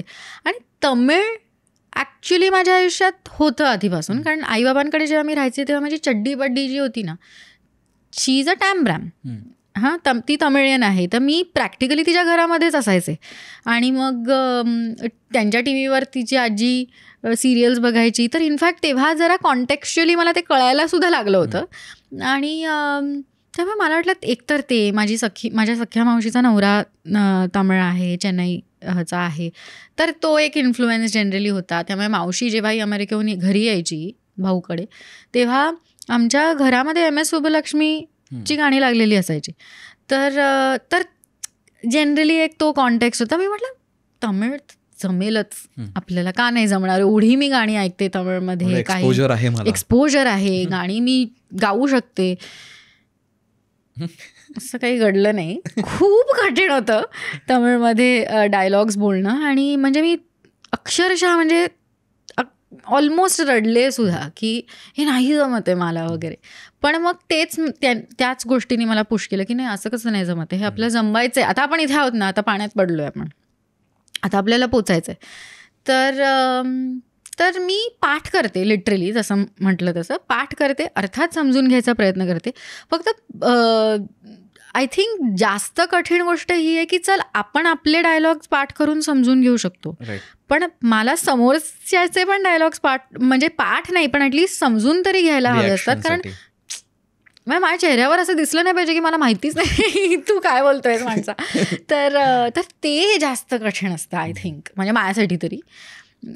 डबल अभ्यास करावा लागतो. कारण नाहीतर म्हणजे अनेकदा मी आता एक तेलुगू शो पण करते आणि त्याच्यामध्ये मला अनेकदा असं विचारावं लागलं की काय, आणि खूप क्राऊड तिकडे वर्क आहे त्या शोमध्ये. मला असं विचारायला लागतं की काय होतंय, की मी काय म्हटलं पाहिजे आणि काय माझ्या चेहऱ्यावर असलं पाहिजे, असं खूपदा मला करावं लागायचं त्याच्यामध्ये. ह्याच्यात कसं 1-on-1 तर करावंच लागतं, पण हे कसं खूप लोक असताना सुद्धा काहीतरी एक दूर काहीतरी घडतंय, पण आपण आहोत ना सीनमध्ये, तर ते काहीतरी तोंडावर आलं पाहिजे तसं. सो तो अभ्यास डबल करावा लागला. आणि हे ॲडिशनल लेअर आहे ना, कारण बेसिक कॅरेक्टरचा अभ्यास आणि ते तर तुला आपल्या लँग्वेजमध्ये करायला लागणार, पण हे परत मग भाषा, मग रिॲक्शन्स, मग तो सीन काय, त्याचा माहोल काय, हे सगळं अभ्यास करत जायला लागतं. तर हे साऊथच्या चित्रपटांचं किंवा सिरीजबद्दलचं झालंच, पण तू मराठीमध्ये पण काम केलेलं आहेस, हिंदीमध्ये सुद्धा काम केलेलं आहेस. रादर मगाशी बोलता बोलता मला जे आठवलं होतं की नेटफ्लिक्सची पहिली इंडियन फिल्म जी होती त्याच्यात आहेस तू, जी नेटफ्लिक्स इंडियामधनं आली होती. तर असं बरंच व्हेरीड काय म्हणता येईल दिशांनी पुढे पुढे चालली आहेस तू. मला विचारायचं की तुला ते कधी जाणवलं की तुला वाटलं की मी ह्याच्यात प्रॉपर करिअर करू शकते आणि हे मी चूज केलं पाहिजे, तो गिअर कधी पडला होता तुझा? म्हणजे ॲक्टिंगमध्ये मी करायचं मला आत्ता एक्सप्लोअर असं, आणि ह्याच्यातनं पैसे कमवायचे बेसिकली. मी 7वीत असताना ॲक्च्युली. क्या बात आहे. मी 7वीत पार्कातनं चालत होते दिवस आठवतोय तो मला. नाही म्हणजे ह्यातनं पैसे कमवायचे वगैरे ते transaction is very different from, आता हे मला फुल टाईम करायचं आहे. मग ते की त्याचं कोरिलेशन टू ह्याच्यातून पैसे कमवले जाऊ शकतात वगैरे इव्हेंच्युअल होतं, पण मला हेच करायचं आहे. ही एक मोमेंट होती माझ्यासाठी, कारण मी 7वीत ॲक्च्युली स्टेजवर पहिल्यांदा 7वीमध्ये गेले आणि शाळेतलं नाटक, शाळेच्या गॅदरिंगसाठी केलेलं नाटक होतं. असं काही नाही की मी काहीतरी मोठं करायला गेलो, काहीतरी कमाल वेगळंच असं नव्हतं. पण तो एक्सपिरियन्स माझ्यासाठी खूप खूप महत्त्वाचा होता आता विचार करायला गेलं तर. कारण पहिल्यांदा मी स्टेजवर गेले, पहिल्यांदा मी एक वेगळं आयुष्य जगत होते, कारण वेगळं कॅरेक्टर वगैरे, आणि मला खूप मजा आली. मला असं वाटलं की हा आनंद मला कधी असा एक वेगळा आनंद मला कधी फीलच झाला नाही आहे, एवढा आनंद मला कधी फीलच झाला नाही आहे, आणि मला हा पाहिजे आहे माझ्या आयुष्यात. आणि कदाचित हेच उत्तर आहे माझ्यासाठी. त्या क्षणी अर्थात नाटक हे उत्तर होतं. आणि मला जेव्हा सुरू करायचं होतं, म्हणजे अभिनयाची सुरुवात मला प्रोफेशनली मराठी नाटकांपासून करायची होती, कारण मला वाटलं भाषा, तू म्हणालास की भाषा आपल्याला माहिती असते, आणि स्टेज हे मला माझ्या माहितीतलं होतं. कॅमेराची ॲक्टिंग एवढी काहीच असं स्कोप नव्हता एक्सप्लोअर करण्याचा. तेव्हा तरी नक्कीच नव्हता माझ्यासाठी. तर 7वीत असताना म्हणजे मी 12 वर्षाची होते आणि तेव्हा मी स्टेजवर पहिल्यांदा शाळेच्या गॅदरिंगसाठी केलेल्या नाटकामध्ये स्टेजवर गेले आणि रंगभूमीवर उभं राहिले असताना मला असं वाटलं की इथेच आपल्याला इथेच राहायचं आहे. आणि ॲक्च्युली एक खूप फनी स्टोरी आहे. मी 6वीत असताना ना आम्हाला शाळेत विचारलं होतं की असंच एका कोणत्या तरी शाळेच्या तासाच्या वेळेला एका टीचरनी सांगितलं चला आज आपण गप्पा मारूया, असं एक जनरल मजा करूया वगैरे. तर कोणाला मजाचा प्रश्न होता कोणाला काय करायचं आहे आयुष्यात, असं की क्या बनव what will you be when you grow up वगैरे असं. आणि सगळ्यांनी हातवरती वगैरे केले आणि मग जी उत्तरं अपेक्षित असतात त्या वयात स्पेशली डॉक्टर, इंजिनियर वगैरे असं खूप महत्त्वाची उत्तरं लोकांनी दिली. मग टीचर म्हणाले okay is there anything that has not been mentioned in class yet. तर मी म्हटलं she said yes. I said I want to be a CID officer. आणि मी ऑफकोर्स CID बघायचे तेव्हा, बाबाकडे राहायचे तेव्हा बाबा आणि मी खूप बघायचो. मग परत इथे आल्यानंतर सुद्धा मी बघायचे. तर CID ऑफिसर व्हायचं होतं. मी 7वीत एका इंग्लिशच्या ओरल एक्झामच्या वेळेला एका टीचरनी मला पुन्हा विचारलं फॉर सम रिझन, आणि ही गोष्ट स्टाफ रूममध्ये डिस्कस झाली आहे मला माहिती नव्हतं. आणि कारण हटके होतं ना काहीतरी. तर मी बघा ACP पालकर आली. तर मी 7वीच्या ओरल एक्झामच्या वेळेला मला आठवतं आहे की तोपर्यंत माझं ते ठरलं होतं की आता मला अभिनय करायचं, मला अभिनेत्री व्हायचं, ते ठरलं होतं 7वीत ना. तर मी त्या ओरल एक्झामच्या वेळेला त्या टीचरांनी मला पुन्हा विचारलं, दुसऱ्या होत्या त्या बाईंनी मला विचारलं की what is it that you want to be when you grow up? And she wanted me to say what she thought I was going to say. And I said, I want to be an actor. And she, म्हणजे मला त्यांचा चेहरा आठवतोय कारण तो इतका पडला की didn't you say you wanted to be a CID officer? And I said, yes. How do you know? But on screen. You see what I mean? You said that? Okay. मी उद्धट नव्हते कधीच नाही, म्हणजे नाही मला नाही तेव्हा सुचलंही नसेल हे उत्तर, पण ते तिथूनच इन्स्पायर झालं ना, कारण CID ऑफिसर व्हायचं वगैरे. आणि मी असं नेहमी म्हणते की माझी बहीण सायंटिस्ट आहे बाय द वे, आणि मी ॲक्टिंग करू शकते सायंटिस्ट असण्याची. तू कधी येऊ शकते. तर मी कधी तर असं की all my life she has been an inspiration and now this is how I can live that inspiration, की मी I can be an actor and I can act like a scientist. तर जसं तू आधी ती रिंग लावून केसाचं तेच तसं exactly मोठ्या हां. तर तेव्हा असं म्हणजे मला आठवत आहेत त्या टीचर आणि मला आठवतोय त्यांचा चेहरा, आणि त्या खूपच म्हणजे असं म्हणजे अगदीच त्यांचा चेहरा पडला, कारण त्यांना असा विश्वासच बसला नाही की ॲक्टर म्हणजे काय कुठे CID वगैरे कुठे ॲक्टर वगैरे असं त्यांना झालं असेल आय एम शुअर. नंतर तेच केलं मी. तुला हे करायचं याचा गिअर 7वीत पडला असं. किती मोठी उत्तर देते, सिंपल उत्तर नाही माझ्याकडे की मी आपल्याला समराईज करून मी एवढ्या लांबून आले हे उत्तर द्या. पण हो 7वीत एसेन्शियली की, आणि असं त्याच्यातून पैसे कमवायचे आहेत वगैरे हे खूप झालं, पण हे करायचं आहे मला, हे मला असं रिअलाइज झालं तेव्हा की. पण ते कधी झालं पैशाचं? कारण की बघ मी काय पैसे किती वगैरे हे सी फेसिंग फ्लॅट कसा वगैरे तो झोन नाही आहे. कारण कला एक भाग झाला, पण त्या कलेमधनं पैसे कमवणं पहिले आपले बेसिक जे काही एक्सपेन्सेस आहे, दैनंदिन जीवन आपलं चालवता येणं, आणि मग त्याच्यातनं ऑफकोर्स त्याच्यात आपलं आयुष्य घडवत जाणं, ते पुढच्या स्टेप झाल्या. पण हे करता येऊ शकतं किंवा हे आपण करणार आहोत, हे ते ट्रान्झिशन म्हणजे आय एम गेसिंग. आता तू ज्याच्यातनं म्हणतेस की ते हळूहळू होत गेलं, असं नाही की आज कळलं की ह्याच्यातनं पैसे कमव, असं नाही. पण तेच मला जाणून घ्यायचं, कारण हा पण एक महत्त्वाचा एलिमेंट आहे ह्याचा. अर्थातच. आणि आत्ता तर ते आणखीनच ते जाणवतं ना, कारण आता हा माझा फुल टाईम जॉब जसं म्हणून आहेच, त्यामुळे मग हा खूप महत्त्वाचा ॲस्पेक्ट आता तरी नक्कीच आहे. जेव्हा मी विचार केला की आता ठीक आहे हे प्रोफेशनली पण मला करून पाहायचं आहे, आणि जेव्हा भाऊशी मी फायनली बोलले, भाऊला ठीक, आणि मी इम्प्रॅक्टिकल नाही आहे as a person in general, तर मला माहिती होतं की मी भाऊला म्हटलं होतं की 6 महिने ते 1 वर्ष असं तुम्हाला या कालावधीत जर माझ्या आयुष्यात त्या बाबतीत काही घडलं तर मी हे करेन, नाही घडलं तर मी विचार करेन. म्हणजे तसा विचार नव्हता की मी काय करू शकते आणखीन, कारण मला हेच करायचं होतं, हे मला माहिती होतं. आणि पण मला हेही माहिती होतं की एवढा मला प्रिव्हिलेज नाही आहे की मी काहीच केलं नाही 6 वर्ष आणि ते मी एक्सप्लोर करत राहिले. कारण again dream is a dream, you can achieve it. पण तेवढा ते नव्हतं मला प्रिव्हिलेज की मी करू शकले असते ते, की अनेक वर्ष जाऊ देत, पाहूयात जेव्हा होईल तेव्हा. साईड बाय साईड करू शकले असते प्रयत्न, पण फुल टाईम नाही.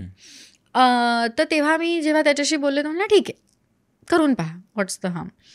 आणि मग तेव्हा मला रिअलाईज झालं की त्याचं व्हॉट डज दॅट मीन की 6 महिने ते 1 वर्ष तू मला दे, म्हणजे ह्यातनं पैसे जर नाही कमवता आले, म्हणजे शेवटी काय की तू नोकरी कर आणि पैसे कमव, दॅट इज, हे आपल्याला माहिती असतं ना, शाळा, कॉलेज, ग्रॅज्युएशन वगैरे, आणि मग नोकरी, that is your goal eventually in life. So you have to earn money to sustain yourself. हे तर माहितीच होतं मला. पण आता माझ्या पॅशन थ्रू मला पैसे कमवता येणार आहेत का, आणि मग ते किती येणार आहेत हे तर आपल्याला हे कळतंच ना. तर ते इट्स अ नो ब्रेनर की तुम्ही थिएटर, नाटक केलं तरीही तुम्हाला पैसे कमवता, ॲड्स केलेत की तुम्हाला पैसे कमवता येतात, फिल्म्स केल्या तेवढं तर मला कळत गेलं. आणि आता आपण बघतोच एवढं सगळं, सिरियल्स बघतो आणि टेलिव्हिजन, फिल्म, सगळ्याचंच एक्सपोजर होतंच, तसं काही नव्हतं असं नाही. त्यामुळे मला माहिती होतं की ह्यातनं पैसे कमवता येतात, किती माहीत नाही, आपल्याला आयुष्य सस्टेन करायला किती लागणार आहेत माहीत नाही, पण सुरू तर कुठेतरी केलं पाहिजे. त्यामुळे माझ्यासाठी त्यावेळे, आणि मला असं वाटतं की that worked in my favour. ते माहिती नसणं की किती लागणार आहेत पैसे सस्टेन करायला, it worked in my favour, कारण it let me explore a lot more. बरोबर. कदाचित मी तेव्हा इंटरनेट केलं नसतं मग, किंवा इंटरनेट एक्सप्लोर केलं नसतं. मी जसं म्हणाले तसं की मला अभिनेत्री व्हायचं होतं, हा एक गोल होता. आता तो कुठून ती ऑपॉर्च्युनिटी येते ते माहिती नव्हतं मला. त्यामुळे जेव्हा इंटरनेटवरच्या ऑपॉर्च्युनिटीज यायला लागल्या, मी म्हटलं हो, वाय नॉट. पण ते तेव्हा इतकं नवीन होतं की nobody was paying you lots of money, right. आणि आता लॉट्स ऑफ मनी पण खूप सब्जेक्टिव्ह असतं, पण त्या काळात it really wasn't a lot of money. पण म्हणून मला it worked in my favour की ती जी जाणीव नव्हती मला की किती लागणार आहेत आयुष्यात पैसे. जर मला एक की मला रेंट करायचं, मग मला किती, तेवढं मला ते प्रिव्हिलेज होतं की चल माझ्याकडे घर आहे राहायला, मुंबईत घर आहे राहायला, ही खूप मोठी गोष्ट असते. हे मला तेव्हा तर ती जाणीव होतीच. त्यामुळे पण ॲट द सेम टाईम मला माहिती होतं की त्यातनं जर मी उगाच काम करत असेल आणि त्यातनं काहीच पैसे, it's not going to bear any fruit, तर हे चालणार नाही आहे आणि हे सस्टेनेबल नाही आहे.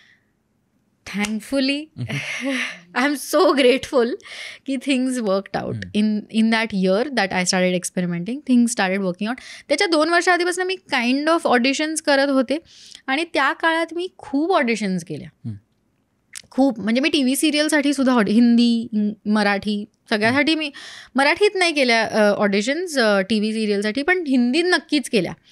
आणि मग टू जस्ट सी की कसं, कारण माझं असं झालं होतं की मला ॲक्टिंग करायची आहे, हे मी मोघम बोलले होते, पण त्यासाठी काय लागतं, काय करावं लागतं, शाळेत जावं लागतं का, वर्कशॉप्स करावे लागतं, हे काहीच मला काही, मी तुला म्हटलं तसं स्टेप बाय स्टेपच मी शिकत गेले. तर मी जेव्हा थेस्पोसाठी काम करत होते, थेस्पो बरोबर काम करत होते, तेव्हा माझे जे मेंटर्स मला तिथे भेटले, ते मी नक्की म्हणेन की माझ्या आयुष्यात जी लोक ज्या वेळेला आली, ज्या व्यक्ती माझ्या आयुष्यात त्या वेळेला, ज्या वेळेला त्या आल्या, त्यांनी खूप फरक पडला माझ्या आयुष्यात. कारण some of them are not in my life anymore, म्हणजे ॲक्टिव्हली, पण त्या काळात त्या व्यक्तीला भेटणं माझ्यासाठी खूप महत्त्वाचं होतं. उदाहरण देऊ शकशील एखाद दोन, किंवा आत्ता ज्या फेजमध्ये बोलतो त्याच्याबद्दल पण बोलू शकतो, थेस्पोच्या अराउंड. सो थेस्पोच्या अराउंड जर ॲक्च्युली खूप उदाहरणं आहेत की सो थेस्पो करताना तिथे माझं नेटवर्क खूप वाढलं, ते माझं फाउंडेशन बनलं in terms of networking. So माझे जे मेंटर्स होते तिथे, क्वासार ठाकूर, पदमसी आणि तोरल शाह, त्यांनी मला पाठिंबा दिला असा की तू ह्यासाठी फुल टाईम काम करतेस. थेस्पो युथ थिएटर फेस्टिवल, तर मी त्याच्या ऑर्गनायझेशनमध्येचा भाग होते. ॲक्टिंग असं मी काहीच करत नव्हते. पण क्वासार मला म्हणाला की तुला ह्या कामातून जेव्हा वेळ मिळेल तेव्हा तू ऑडिशन्स का नाही करत. त्यांनी मला ते सुचवलं. कारण तू फक्त म्हणतेस तुला अभिनय करायचा, तुला काय माहिती तुला ते आवडणार आहे की नाही. कारण तू प्रोफेशनली कधीच करायचा प्रयत्नच केला नाही आहेस. तू फक्त मोघम बोलली आहेस की ही तुझी इच्छा आहे, पण ते करून पाहिल्यानंतर ते खरंच आवडतंय का, नाही आवडत आहे का, हे तुला कसं कळणार. त्यात तू कोणत्याही ॲक्टिंगच्या शाळेत गेलेली नाही आहेस, त्यामुळे ते तुला जमतंय का हेही तुला माहीत नाही आहे. तर तू ऑडिशन्स करायला लाग.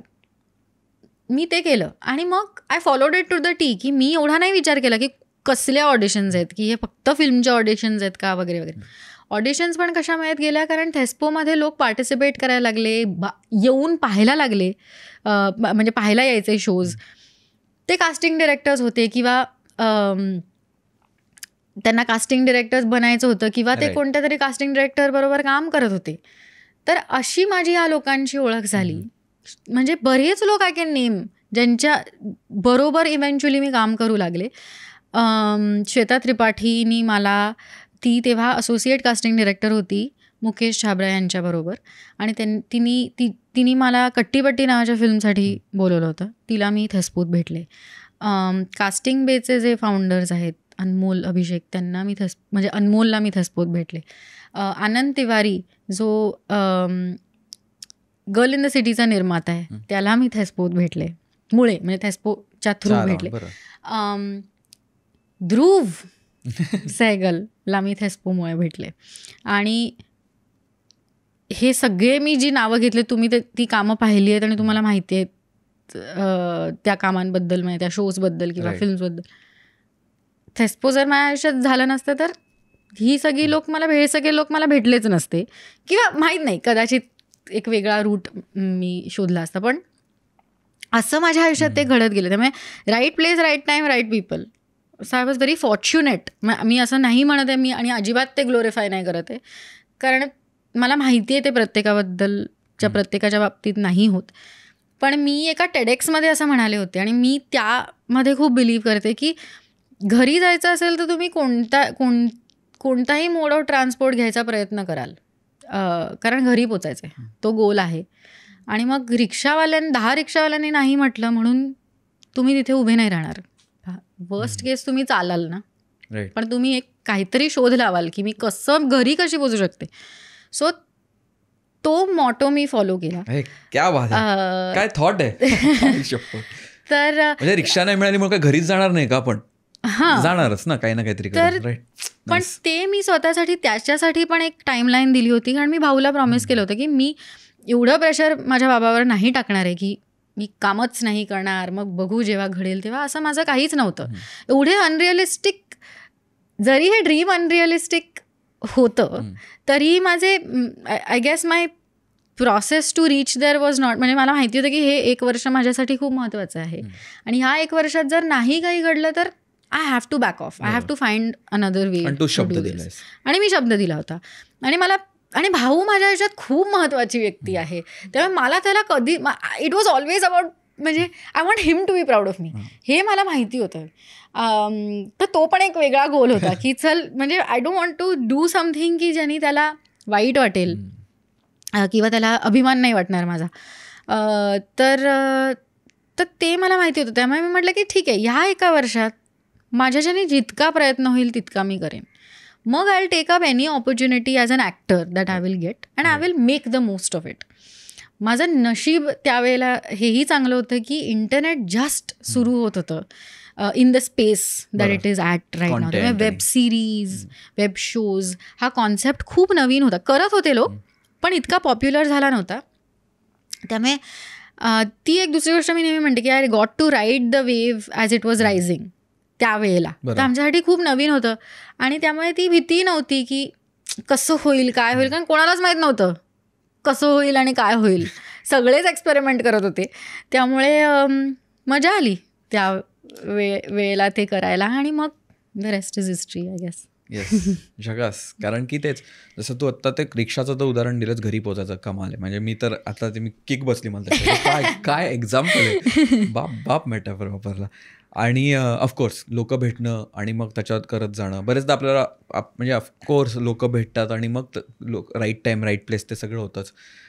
पण समहाऊ जेव्हा पण आपण काही करतो तो खूप नॅरो चान्सवालाच गेम आहे. म्हणजे पूर्ण इट्स सो नॅरो की ते झालं म्हणून आत्ता हे एवढं मोठं झालंय असं. म्हणजे आणि म्हणजे अगदी 7वीत तू त्या छोट्या नाटकात शाळेतल्या काम करणं ह्याचा तुझ्या आयुष्यावर किती मोठा प्रभाव असू शकतो. ह्याच्यासाठी 7वीत असताना किंवा लहान असताना हे शॉर्ट्स घेणं किंवा हे करून बघणं ह्याचं पुढे केवढी मोठी व्हॅल्यू आहे हे लहानपणी आपल्याला कळत नाही. पण ते प्रचंड प्रमाणात इम्पॉर्टंट आहे. कारण तेव्हा जे पडलेले असतात ना गेअर्स ते खूप खूप म्हणजे असं एकदम बसतात डोक्यात. जसं म्हणाला लहानपणी जसं शिकतो तसं खूप वेळ राहतं ते तसं एकदम क्रेझी आहे. पण आत्ता ह्या घडीला जसं म्हटलं मी आर्ट आणि मग फायनान्स हा दुसरा एक भाग झालाच. आणि तो खूप इम्पॉर्टंट पण आहे कारण की राईट फायनान्सनेच आपण आर्ट सस्टेन करू शकतो. आणि त्या दोन्ही गोष्टी हँड इन हँड जायला हव्यात जर का आपल्याला त्याच्यावर अवलंबून राहायचं आणि त्याच्यावरती आपलं आयुष्य आहे तर. आणि मला असं वाटतं तू खूप कमाल त्याच्यातही काम केलेलं आहेस. म्हणजे ते डोळसपणे काम घेणं किंवा कोणतं काम करणं कोणतं नाही करणं किंवा कोणती गोष्ट एक्सप्लोअर केली पाहिजे कोणत्या वेळी एक्सप्लोअर केली पाहिजे. आय थिंक तू ते व्यवस्थित म्हणजे ऑफकोर्स त्याच्यात लर्निंग असणारच आहेत. नाही म्हणजे मी I am taking that for granted की त्याच्यातही अप्स अँड डाऊन्स असतात. पण तोही ॲस्पेक्ट खूप महत्त्वाचा आहे. आणि जेव्हा कारण आपण एक सेम वयाचे होत रादर तू माझ्याहून काही दिवसांनीच मोठी पण ह्या क्षणी एखादं घर घेणं आणि त्या सगळ्या गोष्टी करणं तर तुला आता ॲडल्टिंग आणि जबाबदारी ह्याच्याबद्दल तुला आत्ता काय वाटतं आयुष्यामध्ये? मला खूप मजा येते. खूप कठीण आहे. म्हणजे मला असं वाटतं की आपल्याला जे आपण दाखवतो तेवढंच इतरांनाही दिसतं. त्याच्या मागची मेहनत वगैरे नाही दिसत. त्यामुळे तेही खूप from the receiving end of all of this ते खूप असं वाटतं की people tend to take you for granted की हिला काय असं. आणि असं झालंय माझ्या बाबतीत. मी उगाच म्हणत नाहीये. मी वाचलंय माझ्याबद्दल असं. पण दॅट असाइड मला असं वाटतं की आता मला त्याची मजा यायला लागली आहे मोर दॅन त्याचा स्ट्रेस. मला हेही म्हणायला आवडेल म्हणजे हे महत्त्वाचं आहे म्हणणं की there is no discount to hard work. म्हणजे हे सगळं बरोबर आहे आणि हे सगळं माझ्या आयुष्यात घडलं आहे ह्याबद्दल मी खूप ग्रेटफुल आहे. Right people right place right time हे जुळून येणं खूप कठीण आहे. At the same time it is also important how much work you are willing to put. बरोबर. एवढंच झालं म्हणजे झालं नाही. हां एवढंच झालं म्हणजे कारण आणि मला माहिती आहे की हे सगळं सुद्धा is I am speaking from a place of privilege. सगळ्यांबरोबरच हे नाही होत. म्हणूनच मी म्हटलं की म्हणजे इनफॅक्ट जेव्हा मी टेडेक्स टॉक जो दिला त्याच्यामध्ये सुद्धा असं लोक म्हणत होते हो पण she has gotten whatever she has. मग तिला म्हणणं हे सोपंच आहे ना की 10 रिक्षावाले नाही म्हणाले. हो पण मी माझ्या एक्सपिरियन्स नंतरच म्हणते. तुम्हाला मी नाही सांगितलं किती ऑडिशन्समध्ये मला रिजेक्शन आले. तुम्ही फक्त तोच भाग पाहिलाय जो मी तुम्हाला दाखवलाय. आणि त्याने खूप फरक पडतो परसेप्शनमध्ये सुद्धा. आणि दॅट्स ओके. म्हणजे I am not trying to sob story नाही आहे काही माझ्या आयुष्यात अशी सांगण्यासारखी. त्यामुळे मी काही I am not trying to click bait anything. पण मी रिअलिस्टिक अप्रोच त्याचा हा आहे की मेहनतीशिवाय तुम्ही कुठेच नाही जाऊ शकत. त्याला काही ऑप्शन नाही आहे. आणि मला हेही ॲट द सेम टाईम माहिती आहे की त्या एका वर्षात नसतं ना खरंच काही घडलं तर मला खरंच विचार करावा लागला असता. त्यामुळे माझ्यासाठी मी ती टाईमलाईन दिली होती स्वतःला. आणि सगळ्यांबरोबर नाही होत ते एका वर्षातच. तेही मला माहिती आहे. So everybody has to kind of take their chance as per their own life styles as per where they are in life वगैरे वगैरे. पण in terms of money and art yes I am very privileged to say की मला जे करायला खूप आवडतं त्यातून मला पैसे कमवता येत आहेत. आणि अँड आय एम लकी. तेही मला माहिती आहे की आय एम व्हेरी अवेअर की मला not everybody is lucky to be able to say की we love what we do and we are earning money you know. कारण earning money is no choice. You have to sustain. Again, different lifestyles, different opinions, I guess. पण आता मला असं वाटतंय की जेव्हा ती समज यायला लागली की ठीक आहे, या प्रोजेक्टमधनं एवढे पैसे आल्यानंतर हे मी ते असे सेव्ह करू शकते. बाबा plays a very big part in that. कारण तो ही इज अन अकाउंट्स गाय. त्यामुळे मग त्याच्या मदतीने ती मला समज थोडी यायला लागली. आणि दुसरी मला जाणीव अशी झाली की पैसे कमवणं एक गोष्ट आहे आणि ते सस्टेन करणंही एक दुसरी गोष्ट आहे. तेही बाबामुळे जनरली मला शिकायला मिळालं. आणि मग अर्थात again in that space also I have met people who are guiding me well. आणि मग ऑल ऑफ दिस जेव्हा तुम्हाला बॅलन्स करता येतं तेव्हा मग आयुष्याची मजा खूप वेगळी असते. माझा बाबा खूप फ्रुगल आहे, माझ्याहून कदाचित जास्त असेल खूपच. त्यामुळे मग तो एक लगाम असतोच माझ्यावर तरी ॲटलिस्ट. आणि मग तो लगाम लागला असताना सुद्धा I am still able to, तो अवेअरनेस मला आला आहे की this is how much I can spend. इतकं मी कमवू शकते, इतकं मी स्पेंड करू शकते. आणि ह्या स्क्वेअरमध्ये मी आयुष्य खूप छान जगू शकते. मला खूप मजा येते असं की I actually enjoy the kind of life that I am able to and I am privilege to live. त्यामुळे I guess I am just grateful. कारण मला हे मी जितकं जास्त बोलते तितकं मला जाणवतं की हे सगळ्यांच्या बाबतीत होत नाही. त्यामुळे I know that I am speaking from a place of privilege. But this is my story I guess. आणि मला मजा येते आत्ता. इनफॅक्ट सुरुवातीला तो स्ट्रेस जास्त होता, to be truth be told. कारण मला नव्हतं माहिती की मला कुठे जायचं आहे ह्याच्याबरोबर. अजूनही खरं सांगायचं तर माझा गोल हा आहे की I want to be a better actor today than I was yesterday. The goal is never to become a superstar. It never was. Okay. ते घडत गेलं आपोआप जे मी करते त्याच्यामुळे, तर वाय नॉट. पण तो गोल नाही आहे. चांगलं काम करत राहायचं, चांगल्या गोष्टी सांगत राहायच्या आहेत. आणि मग त्याबरोबर थोडं एक्सपेरिमेंट करायला आवडेल. आणि इव्हेंच्युअली ते मी आय सी कमर्शियल सिनेमा अजून केला नाही आहे फॉर एक्झाम्पल, तर तो करायला आवडेल तसं असं वगैरे. पण या basically when you are able to manage your art and finance and are able to balance that life, मग खूप मजा यायला लागते असं मला वाटतं. We are very proud of you. Thank you. कारण तेच आहे, कारण असं एवढं तेच. आणि जे स्टार्टिंग पण असंच आहे ना की फिगर आउट करत गेलेस तो, असं नाही की माहिती होतं आपल्याला. नाही, सुरुवातीला काहीच माहीत नव्हतं, काहीच माहिती नव्हतं. आणि स्वप्न तीच असतात ना, मध्यमवर्गीय मराठी माणसाच्या मनातली स्वप्न तीच असतात की नोकरी करायची, पैसे कमवायचे, पहिलं घर, पहिली गाडी, ही बेसिक स्वप्न आहेत असं मला वाटतं. म्हणजे at least from where I come from, right. तर पण ते कसं करायचं त्याची अक्कल नव्हतीच म्हणजे. आणि ते करता येईल का हेही माहिती नव्हतं, राईट. पण तशी कामं मला थँकफुली मिळत गेली. तशा ऑपॉर्च्युनिटीज माझ्यासाठी ओपन होत गेल्या. आणि for that I am extremely grateful. Right.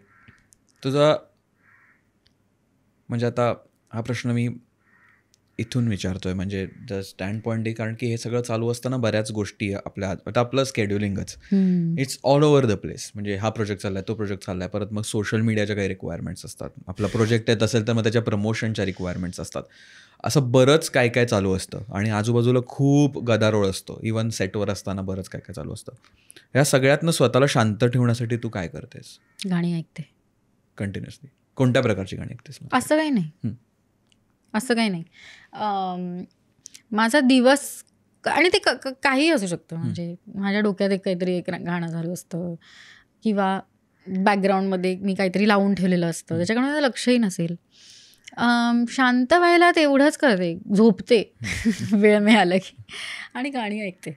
आणि and then it doesn't matter, ती क्लासिकलपासून काही कुठेही ती रेंज करू शकतात.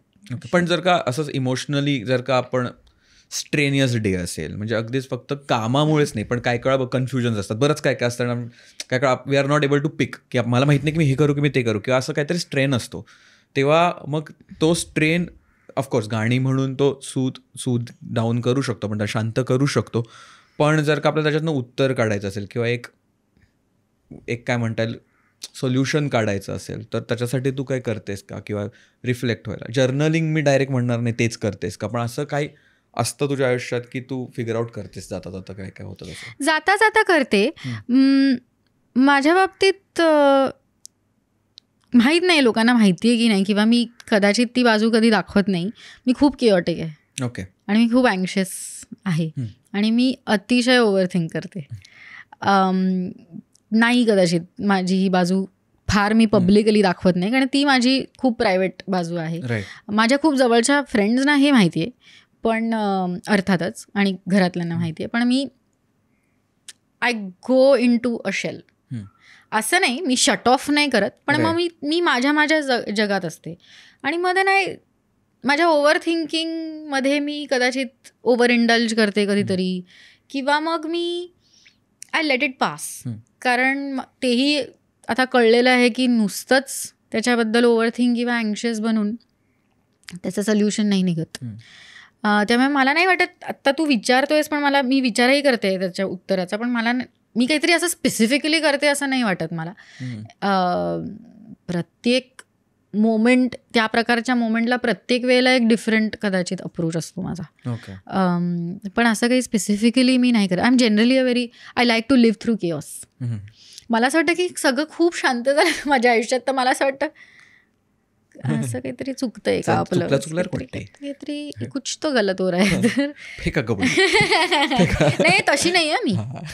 मला असं माझी स्पेस जेव्हापासून मला मिळाली आहे ना, की माझी अशी की माझं स्वतःचं आता मी घर आहे माझं, तर मी माझी स्पेस कशी ठेवते हे खूप बदललं आहे माहिती आहे. मम्मा भाऊच्या घरात मी जेव्हा राहायचे तेव्हापासून, किंवा म्हणजे जे काय म्हणजे घर, आई बाबा मम्मा भाऊ, मग माझी स्पेस, ते खूप वेगळं झालं आहे. आणि आता मला असं वाटतं की मी अशी कशी होते, कारण तेव्हा काय व्हायचं की तेव्हा ॲक्च्युली कपडे टाकले जायचे, कारण कोणीतरी तर करणारच आहे हे आपल्यासाठी, आणि अजूनही करूच शकतं ना कोणीतरी. पण ते मला नाही, आता मला असं वाटतं की नाही, मला माझी बेडरूम साफच लागते, तेव्हाच मला शांत झोप येते. हे जे काय माझ्या बाबतीत सडनली बदललंय ते इंटरेस्टिंग आहे ॲक्च्युली. पण हां, तसा केओस नाही, कारण विजिबली केओस डोक्यात काय, तर कशाला तो बाहेर नको तो. म्हणजे मी जेव्हा ॲक्च्युली माझं घर सुद्धा डिझाईन करत होते ना माझ्या मैत्रिणीबरोबर, तर तेव्हा मला एक गोष्ट माहिती होती की मला I want to keep it minimalistic. आणि खूप लोकांनी माझी मजा उडवली, म्हणजे ऑडियन्सनी जेव्हा फोटोज जेव्हा बाहेर गेले ना तेव्हा, की हे काय पिंटरेस्ट सारखं घर केलंय तुम्ही, ह्याच्यामध्ये राहता थोडी येतं वगैरे, असं विषय मी वाचलंय. मी वाचते सगळं, हां, बाय द वे, असं मी सांगू इच्छिते.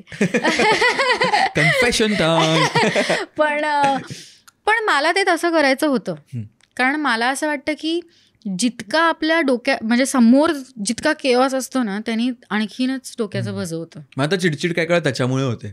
हां, खरंच होते. किंवा केबल्स जरी असते ना काय कळत, म्हटलं अरे बॉक्समध्ये टाकायला हवं. हे मी माझ्या मैत्रिणीला सांगितलं की मला काहीतरी लटकलेलं दिसलंच नाही पाहिजे, सगळ्या लपून टाक केबल्स, मला नाही पाहिजेत त्या. असं म्हणजे मला आता ते जाणवायला लागलं की खूप फरक पडतो, की कपाट जेव्हा नीट लावलेलं असतं ना खूप क्लिअर होतं डोकं, पण खोलीमध्ये कपाट लावताना सुद्धा क्लिअर होतं डोकं, लावताना सुद्धा होतं, विचार क्लिअर होतात. हां, तर मला ॲक्च्युली एक माझ्या बाबतीत एक गोष्ट खूप म्हणजे मला आता ती अगदी ती जाणवते की मला माझं किचन साफ लागतं, बेडरूम वगैरे अर्थात, पण माझा जर किचनचा ओटा साफ नसेल रात्री, म्हणजे झोपायच्या आधी, मला झोप नाही लागत. आणि मी अशी कधी झाले मला कळलंच नाही. Prachi hard relate. आणि आम्ही पण जर का एक जरी भांडं राहिलं असलं आणि झोपायला का, आम्ही दोघं पण उठून आम्हाला भांडी घासायला दोघांनी आवडतात. मला स्वयंपाक करायला जितकं आवडत नाही तितकीच मला भांडी घासायला, त्यांनी पण माइंड क्लिअर होतं. अरे भांडी घासायला परवा तर मी लावलं काहीतरी, मी जी भांडी घासलेत ना, जी मजा आली वा. गाणी ऐकत किंवा काहीतरी ऐकत तुम्ही भांडी, खूप मेडिटेटिव्ह आहे. प्रयत्न ट्राय करा, सोप वगैरे. पण किचनचा काउंटर म्हणजे कधीच आता एका व्यक्तीसाठी तर ते कधीच एवढं हे नसतं. आई बाबा माझ्याकडे आता अर्थात खूप वेळा आता राहायला येतात, जी मजा ती एक वेगळी असते. मला प्रश्न होता आणि आय थिंक आपल्या प्रेक्षकांना असेल, आई बाबा वसईत होते आणि मग तू आजी आजोबांकडे याचं काय कारण होतं? शाळा एकतर इथे बेटर होती त्या काळात तरी, म्हणजे आणि ॲक्सेसिबिलिटी दादरवरून बेटर होती एक, आणि ताई होती ना मामा भाऊकडे, मग मलाही राहायचं होतं मामा भाऊकडे. ओके. ती माझी पण क्युरिओसिटी होती आणि मग प्रेक्षक कमेंटमध्ये टाकणारच आहेत, मग ती तिकडे का नव्हती राहत वगैरे, म्हणून म्हटलं आपणच विचारावं. हा, तर मग तू सांगत होतीस की आता आई बाबा घरी येतात तेव्हा. आई बाबा घरी येतात तेव्हा आता असं बाबाला स्वयंपाक माझ्या करायला खूप आवडतो आणि त्यामुळे तो असा फुल टेक ओव्हर करतो. आणि मग काहीतरी लहानपणीच्या ज्या मला, म्हणजे मी त्याच्याकडे राहायचे तेव्हाच्या डिशेस मला ज्या जर मी फरमाईश केली तर. कोणती करतेस जनरली आवडती सगळ्यात? बाबा मसुऱ्याची खिचडी खूप छान करतो आणि त्याच्याबरोबर एक दही कढी बनवतो, खूप छान बनवतो. आणि दुसरं एक मला आवडतं जे तो बनवतो म्हणजे मुगाची डाळ पिवळी, पण तो एक खूप स्पेसिफिकली ती अशी तो वेगळीच बनवतो, ती कांट एक्सप्लेन इट, पण तो खूप छान ती डाळ बनवतो तो. ह्या दोन गोष्टी. आणि आता ते खूप ते माझ्या घरी आले तसं तो ते फिलिंग असं छान वेगळंच आणि छान असतं. नाईस. तर ॲडल्टिंग हे असं स्वरूपात आपल्या आयुष्यात. आणि ते त्यांना मी ते देऊ शकते, हे खूप ह्याचा आनंद खूप वेगळा आहे. की ममा असताना आम्ही मी लॉस्ट हर ह्याच वर्षी ॲक्च्युली, मी मध्ये ती गेली, पण मी जेव्हा माझा गृहप्रवेश केला तेव्हा मला माहिती होतं की मला ती हवी होती. म्हणजे हे ॲक्च्युली मी जेव्हा घर घेतलं तेव्हा भाऊ होता आणि त्याला मी म्हटलं होतं मी तुला घरी घेऊन जाईन, पण अर्थात मला घर मिळायच्या 1 वर्ष आधीच तो गेला.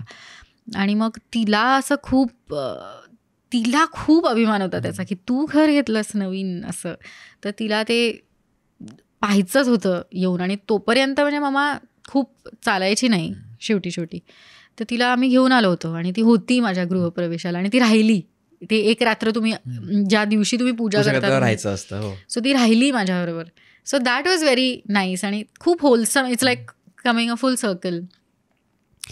सो या मस्त. That feeling is very nice की तुम्हाला त्यांनी तुमच्यासाठी जे जे केलं ते तुम्ही आता त्यांच्यासाठी करू शकता. ती मोठं होण्याची ती मजा खूप ती वेगळी असते. की बाबा लहानपणी, म्हणजे बाबा एक्सेरेंडा एम्प्लॉई आहे, त्यामुळे बाबाला तिकीट्स मिळायची आणि त्यामुळेच आम्ही एवढे सगळे खूप बरंच जग फिरलो त्याच्यामुळे. आणि आता मला त्यांना फिरवता येते. सो ते खूप एक वेगळं आणि छान फिलिंग आहे. मस्त, खूप सुंदर. इथून पुढे काय डोक्यात तुझ्या, म्हणजे पर्सनली तुझ्या अजेंडावर काय, तुला काय एक्सप्लोअर करायला आवडेल? कारण आय नो की हा डेफिनेटिव्ह डिफाईन्ड पाथ नाही आहे, कारण आपल्यालाच माहीत नाही वेगळ्या प्रकारच्या संधी कशा असतात.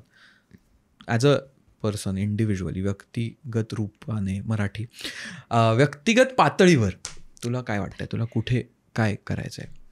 मला मी एवढा नाही प्लॅन करत, खरं सांगायचं तर. एवढा मी नाही विचार केला की आता ह्या पुढे काय करूया. काहीतरी जे मला म्हणजे कामाच्या बाबतीत म्हणायचं झालं तर अर्थातच हो, मी आता 8-9 वर्ष हे करते, त्यामुळे असं नाही आहे की आत्ताच चालू केलं, पण तरीही मला असं वाटतं की केवढं तरी अजून एक्सप्लोअर करायचं बाकी आहे. मला सायकोलॉजिकल थ्रिलर वगैरे असं करायचं आहे की जे कॅरेक्टर माझ्याकडनं अपेक्षितच नाही आहे. की तू कसं करू शकतेस, how can you be a serial killer वगैरे, असं काहीतरी असं वेगळंच नेगेटिव्ह पात्र मला करायचं आहे. तर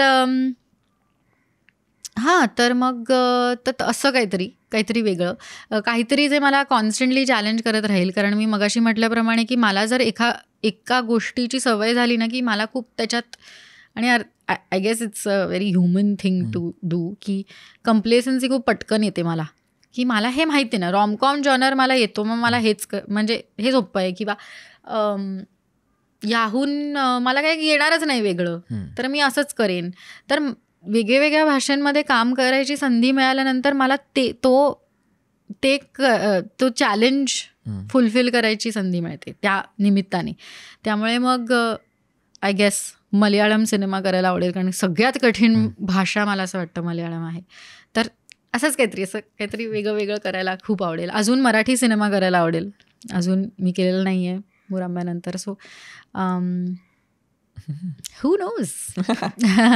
पण मला ते एवढं प्लॅन करायला नाही आवडत, कारण की मग ते अगेन त्याची मजा जाते माझ्यासाठी. पण जे मी करते, ज्या गोष्टी मी सांगायचा प्रयत्न करते, त्या गोष्टी सांगण्यात मला मजा आली पाहिजे. मगाशी हेही मी तुला म्हटलं की मी कमर्शियल सिनेमा केलेला नाही आहे, तर तसं काहीतरी करून पाहायला आवडेल की कसं वाटतंय. सो या दॅट पर्सनली माहीत नाही. Again there are some things on my mind, पण असं काही नथिंग व्हेरी स्पेसिफिक. मला असं वाटतं की ही डेकेड ॲज अन ॲक्ट्रेस, अभिनेत्री म्हणून खूप महत्त्वाची आहे. कारण आपल्याला सगळ्यांनाच माहिती आहे की मग आपले रोल्सच म्हणजे जे कॅरेक्टर्स ऑफर केले जातात ते पण असे परत एज वाईज ते चेंज होतात. आणि आपण कितीही ते फाईट करायचा प्रयत्न केला ना तरी ते अजूनही तो इम्बॅलन्स आहे की ॲक्टर्स अजूनही लहान त्यांच्या खऱ्या वयापेक्षा लहान वयाचं करू शकतात, पण ॲक्ट्रेसेस ना तेवढी ऑपॉर्च्युनिटी नाही मिळत. आणि आता it is what it is. तर माझ्यासाठी कदाचित ते बदलेल. म्हणूनच मी म्हणते की मला नाही ठेवायचं आहे असा काही गोल नाही ठेवायचा. मला हे माहिती आहे की ही 10 वर्ष माझ्यासाठी खूप महत्त्वाची आहेत. मग पाहूया ना पुढे काय करता येईल ते. मी ॲक्च्युली ह्या वर्षात मला आणखीन भाषा शिकायला आवडतील, कारण मला खूप फॅसिनेटिंग वाटतात. मला असं वाटतं की आपल्या देशाबद्दलच मला ते खूपच मी असं खूप मोठा हे स्टेटमेंट करते, पण जेन्युइनली मला असं वाटतं की आपण प्रत्येक स्टेटची एक भाषा असते, त्यांचा पोशाख असतो आणि त्यांचं जेवण, ह्या 3 गोष्टी किती डिफायनिंग आहेत. आणि म्युझिक ऑफ अ स्टेट, आणि ते शिकणं आणि तिकडे जाऊन ते शिकणं, ते मला खूप दॅट इज अनदर थिंग जे मला खूप फॅसिनेट करतं.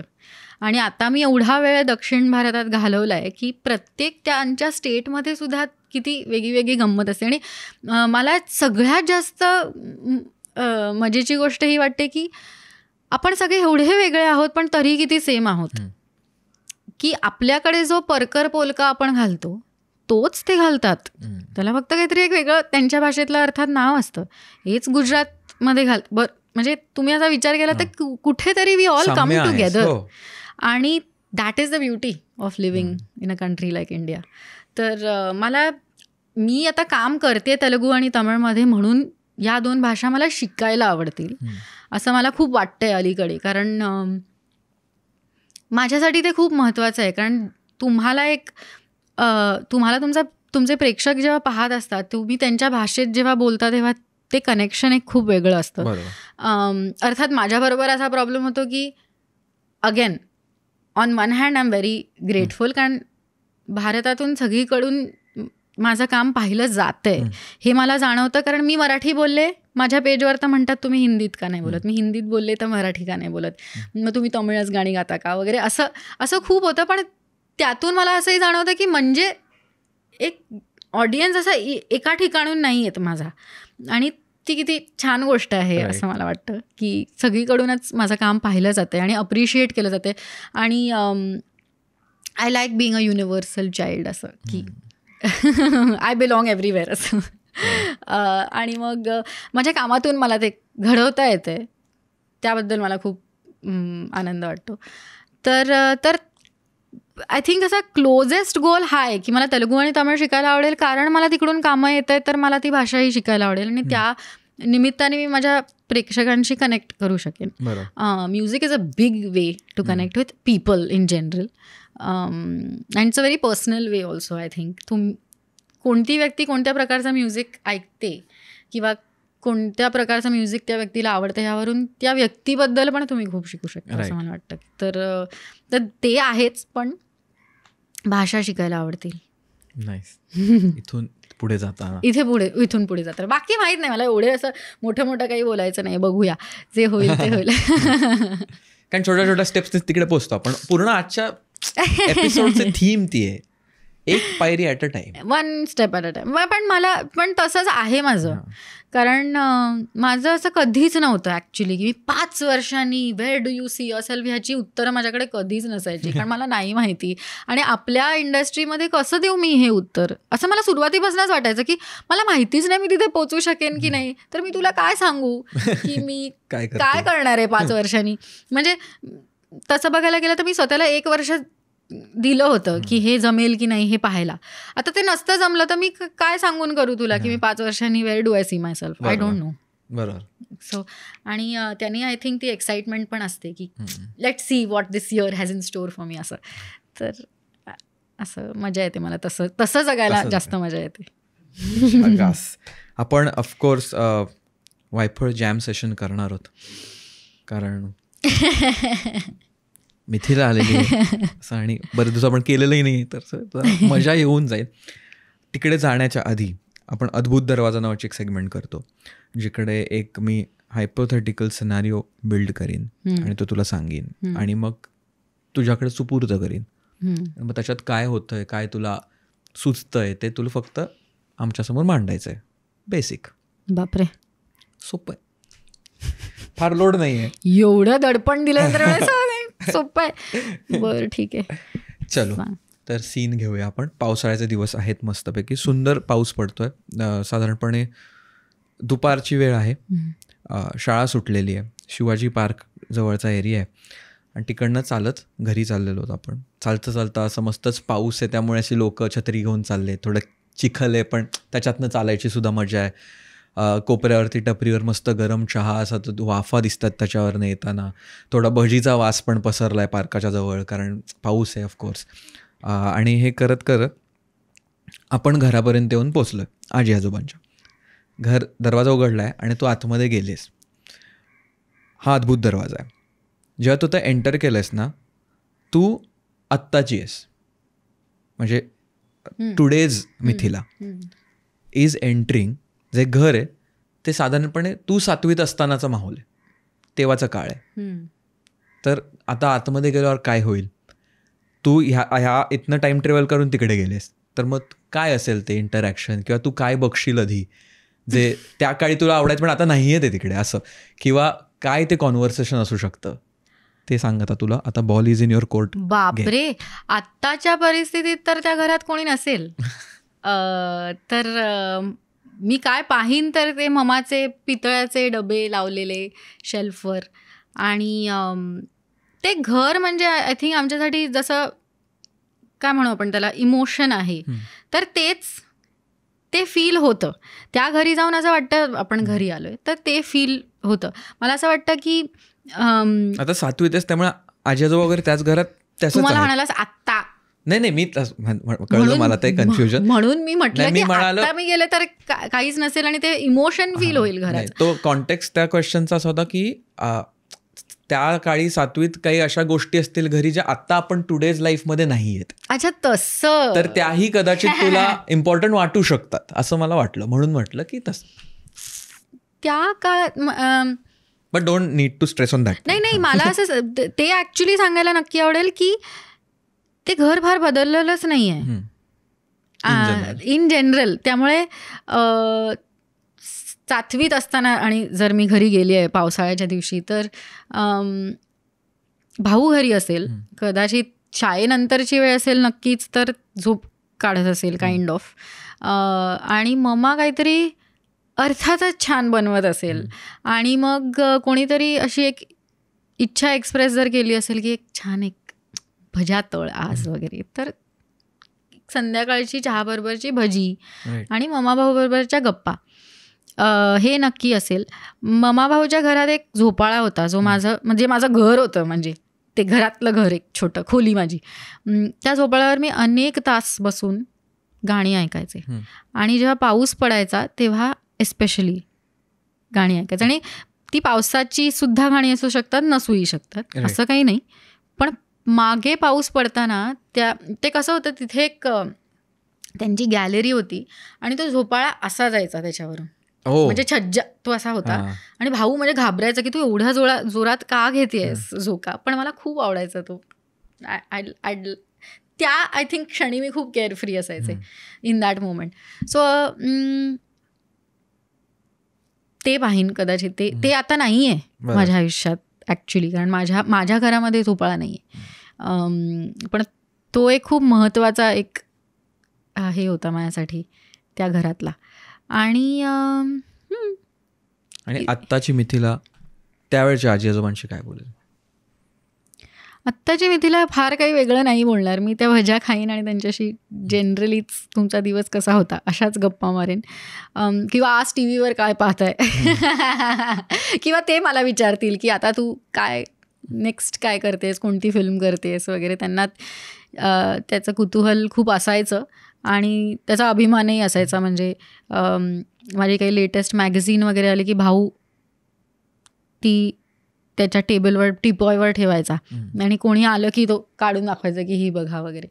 तर असं काही नवीन घडलं आहे का तुझ्या आयुष्यात वगैरे, असं त्याच गप्पा असतील. पण त्यांच्याबरोबर असं काही मे बी आता काय पुढे आयुष्यात असं वगैरे पण असाही प्रश्न एक आलाच असता. पण जनरली फार लकीली त्यांच्याबरोबर home was always home was always mama भाऊ. And I don't think that changed very much. So मी 7वीत असताना त्या क्षणी घडणाऱ्या गोष्टींबद्दल अपडेट करायचे, तसंच आत्ता जाऊन आता आयुष्यात असं घडतंय, ह्या मैत्रिणीचं लग्न होतंय, ह्या मैत्रिणीला मुलगा झाला, असं आय गेस त्या गप्पा झाल्या असत्या. पण जनरल ॲटमॉस्फिअर त्या घराचं खूप कामिंग होतं माझ्यासाठी. एस्पेशली जेव्हा आमच्या तिघांचं असं ते युनिट झालं आणि एस्पेशली कोविड नंतर आय थिंक कुठेतरी ती एक शांतता आली in a sense where we all kind of there was calm, that calm in the chaos kind of we found it. So तर तोच असेल. 7वीत कदाचित नव्हता, आता आय थिंक तो कंटिन्यू होईल. आता मी गेले त्या दारातून तर जगास. असा होता अद्भुत दरवाजा आपला. आता इथून आपण वायफळ जॅमकडे जाणार, पण तत्पूर्वी तुला आज आमच्याकडून कसं वाटलं? खूप छान. मला लाईक आय सेड, मला गप्पा मारायला खूप आवडतात. तुला आता कळलंच असेल बाय नाव की तू प्रश्न मला एक विचारशील पण त्याची मी 10 उत्तरं तुला देऊ शकते. तर मला खूप आवडलं. थँक्यू. मी खूप दिवसांनी एखादा पॉडकास्ट किंवा म्हटल्याप्रमाणे इंटरव्ह्यू करते आणि मला असं वाटलं की इथे येऊन मी खूप डिरेल करते. अगेन तुला कळलंच असेल, पण इथे येऊन मला ती करण्याची संधी मिळाली आणि विदाऊट जजमेंट, तर मला खूप मजा आली. थँक्यू.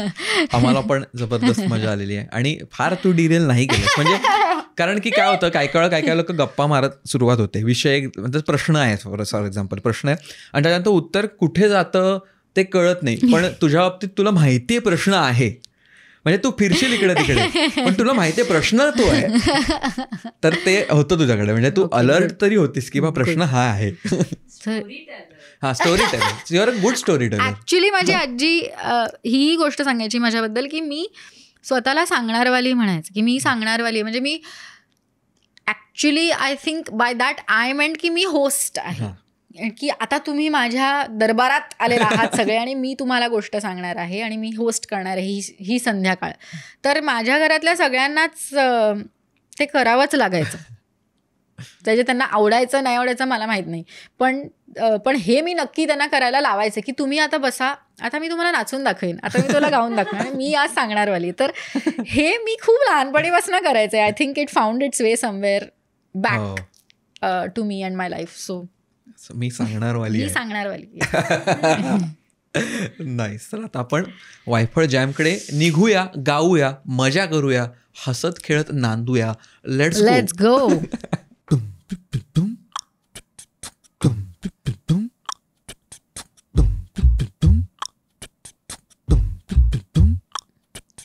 ऐरणीच्या देवा तुला ठिणगी ठिणगी वाहू दे, आबालागत माया तुझी आम्हावरी राहू दे आभाळागत माया तुझी आम्हावरी राहू दे. लक्ष्मीच्या हातातली चौरी भावी वर खाली पिढा जाईल आणि किरपा तुझी भात्यातल्या सुरासंग. किरपा तुझी भात्यातल्या सुरासंग. गाऊ दे आभाळागत माया तुझी आम्हावरी राहू दे. नैरणीच्या देवा तुला ठिणगी ठिणगी वाहू दे. आभाळागत माया तुझी आम्हावरी राहू दे.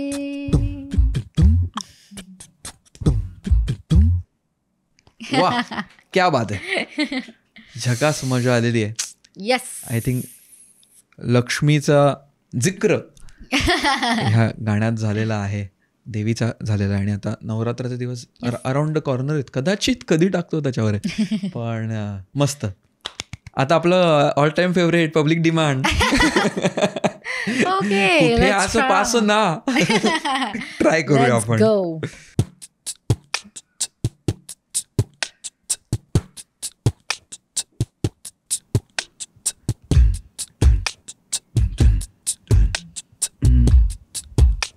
गाण्याचा जॉनर चेंज. लेट्स गो.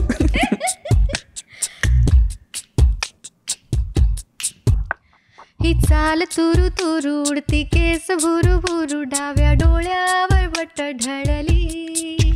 जशी मावळत्या उन्हात केवड्याच्या बनात नागिण सळसळली. इथं कोणी आसपास ना, डोळ्याच्या कोणात हासना. तू सर माझ्याशी बोलना, ओठाची मोहोर खोलना. तुला ग बघ जात मग वळून पाहता वाट पावलात अडखळली. जशी मावळत्या उन्हात केवळाच्या बनात नागिण सळसळली. ही चाल तुरु तुरु उडते केस भुरु भुरु डाव्या डोळ्यावर बट ढळली. जशी मावळत्या उन्हात केवळाच्या बनात नागिण सळसळली. वा, असा एक वेगळा प्रयत्न. आपण गाण्याचा जॉनर हम बदलते हुए आगे बढ़ते हुए. मस्त.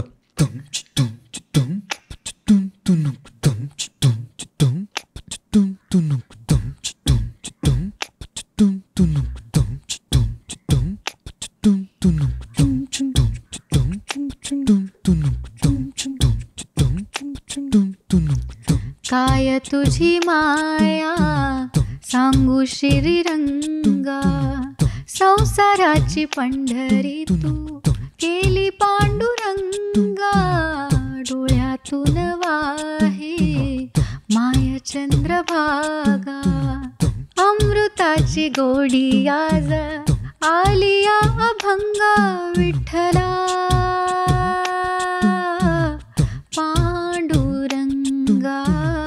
अभंगाला जोड. टाळची पळ्यांची अभंगाला जोड. टाळची पळ्यांची माऊलीच मूर्ती विठ्ठलाची.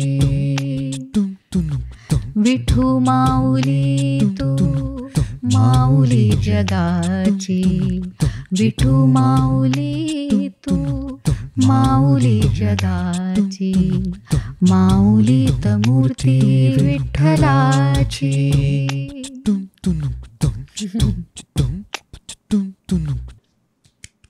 वा. ये. वायफळ जॅमच्या पल्ल्याड आपण आलेलो आहोत. मंडळी, कसं वाटलंय तुम्हाला वायफळ जॅम? कमेंटमध्ये आम्हाला सांगा. आम्हाला तर मजा आलेली आहे. असं प्रॅक्टिस केली आम्ही. काय काय तर डायरेक्ट एक टेक ओके सुद्धा झालेली आहेत गाणी. कुठली ती तुम्हाला माहीत नाही आहेत, पण वेगळा झोन पकडलाय आपण. मला मजा आली. मला पण मजा आली एकदम. वा, भक्तिमय वातावरण केलेलं आहे आपण. छान वाटलेलं मला तर. आणि मला भजन वगैरे तर प्रचंड प्रमाणात आवडतात. तसंच मलाही खूप आवडतं. मला असं वाटतं की कितीतरी गाणी म्हणजे मी लहानपणी ऐकलेली मला माहितीच नव्हती सुधीर फडक्यांची गाणी, आणि मग ती कळत गेली की हां, म्हणजे एक जनरल कळतं ना की हां आता मला कळतंय की ही गाणी मला का आवडली, कारण ती सगळी त्यांची होती. असं हां, असं मस्त. असं आपण विविध ठिकाणी फिरत अद्भुत दरवाज्यातनं वायफळ जॅम करत इथे येऊन पोचलेलो आहोत.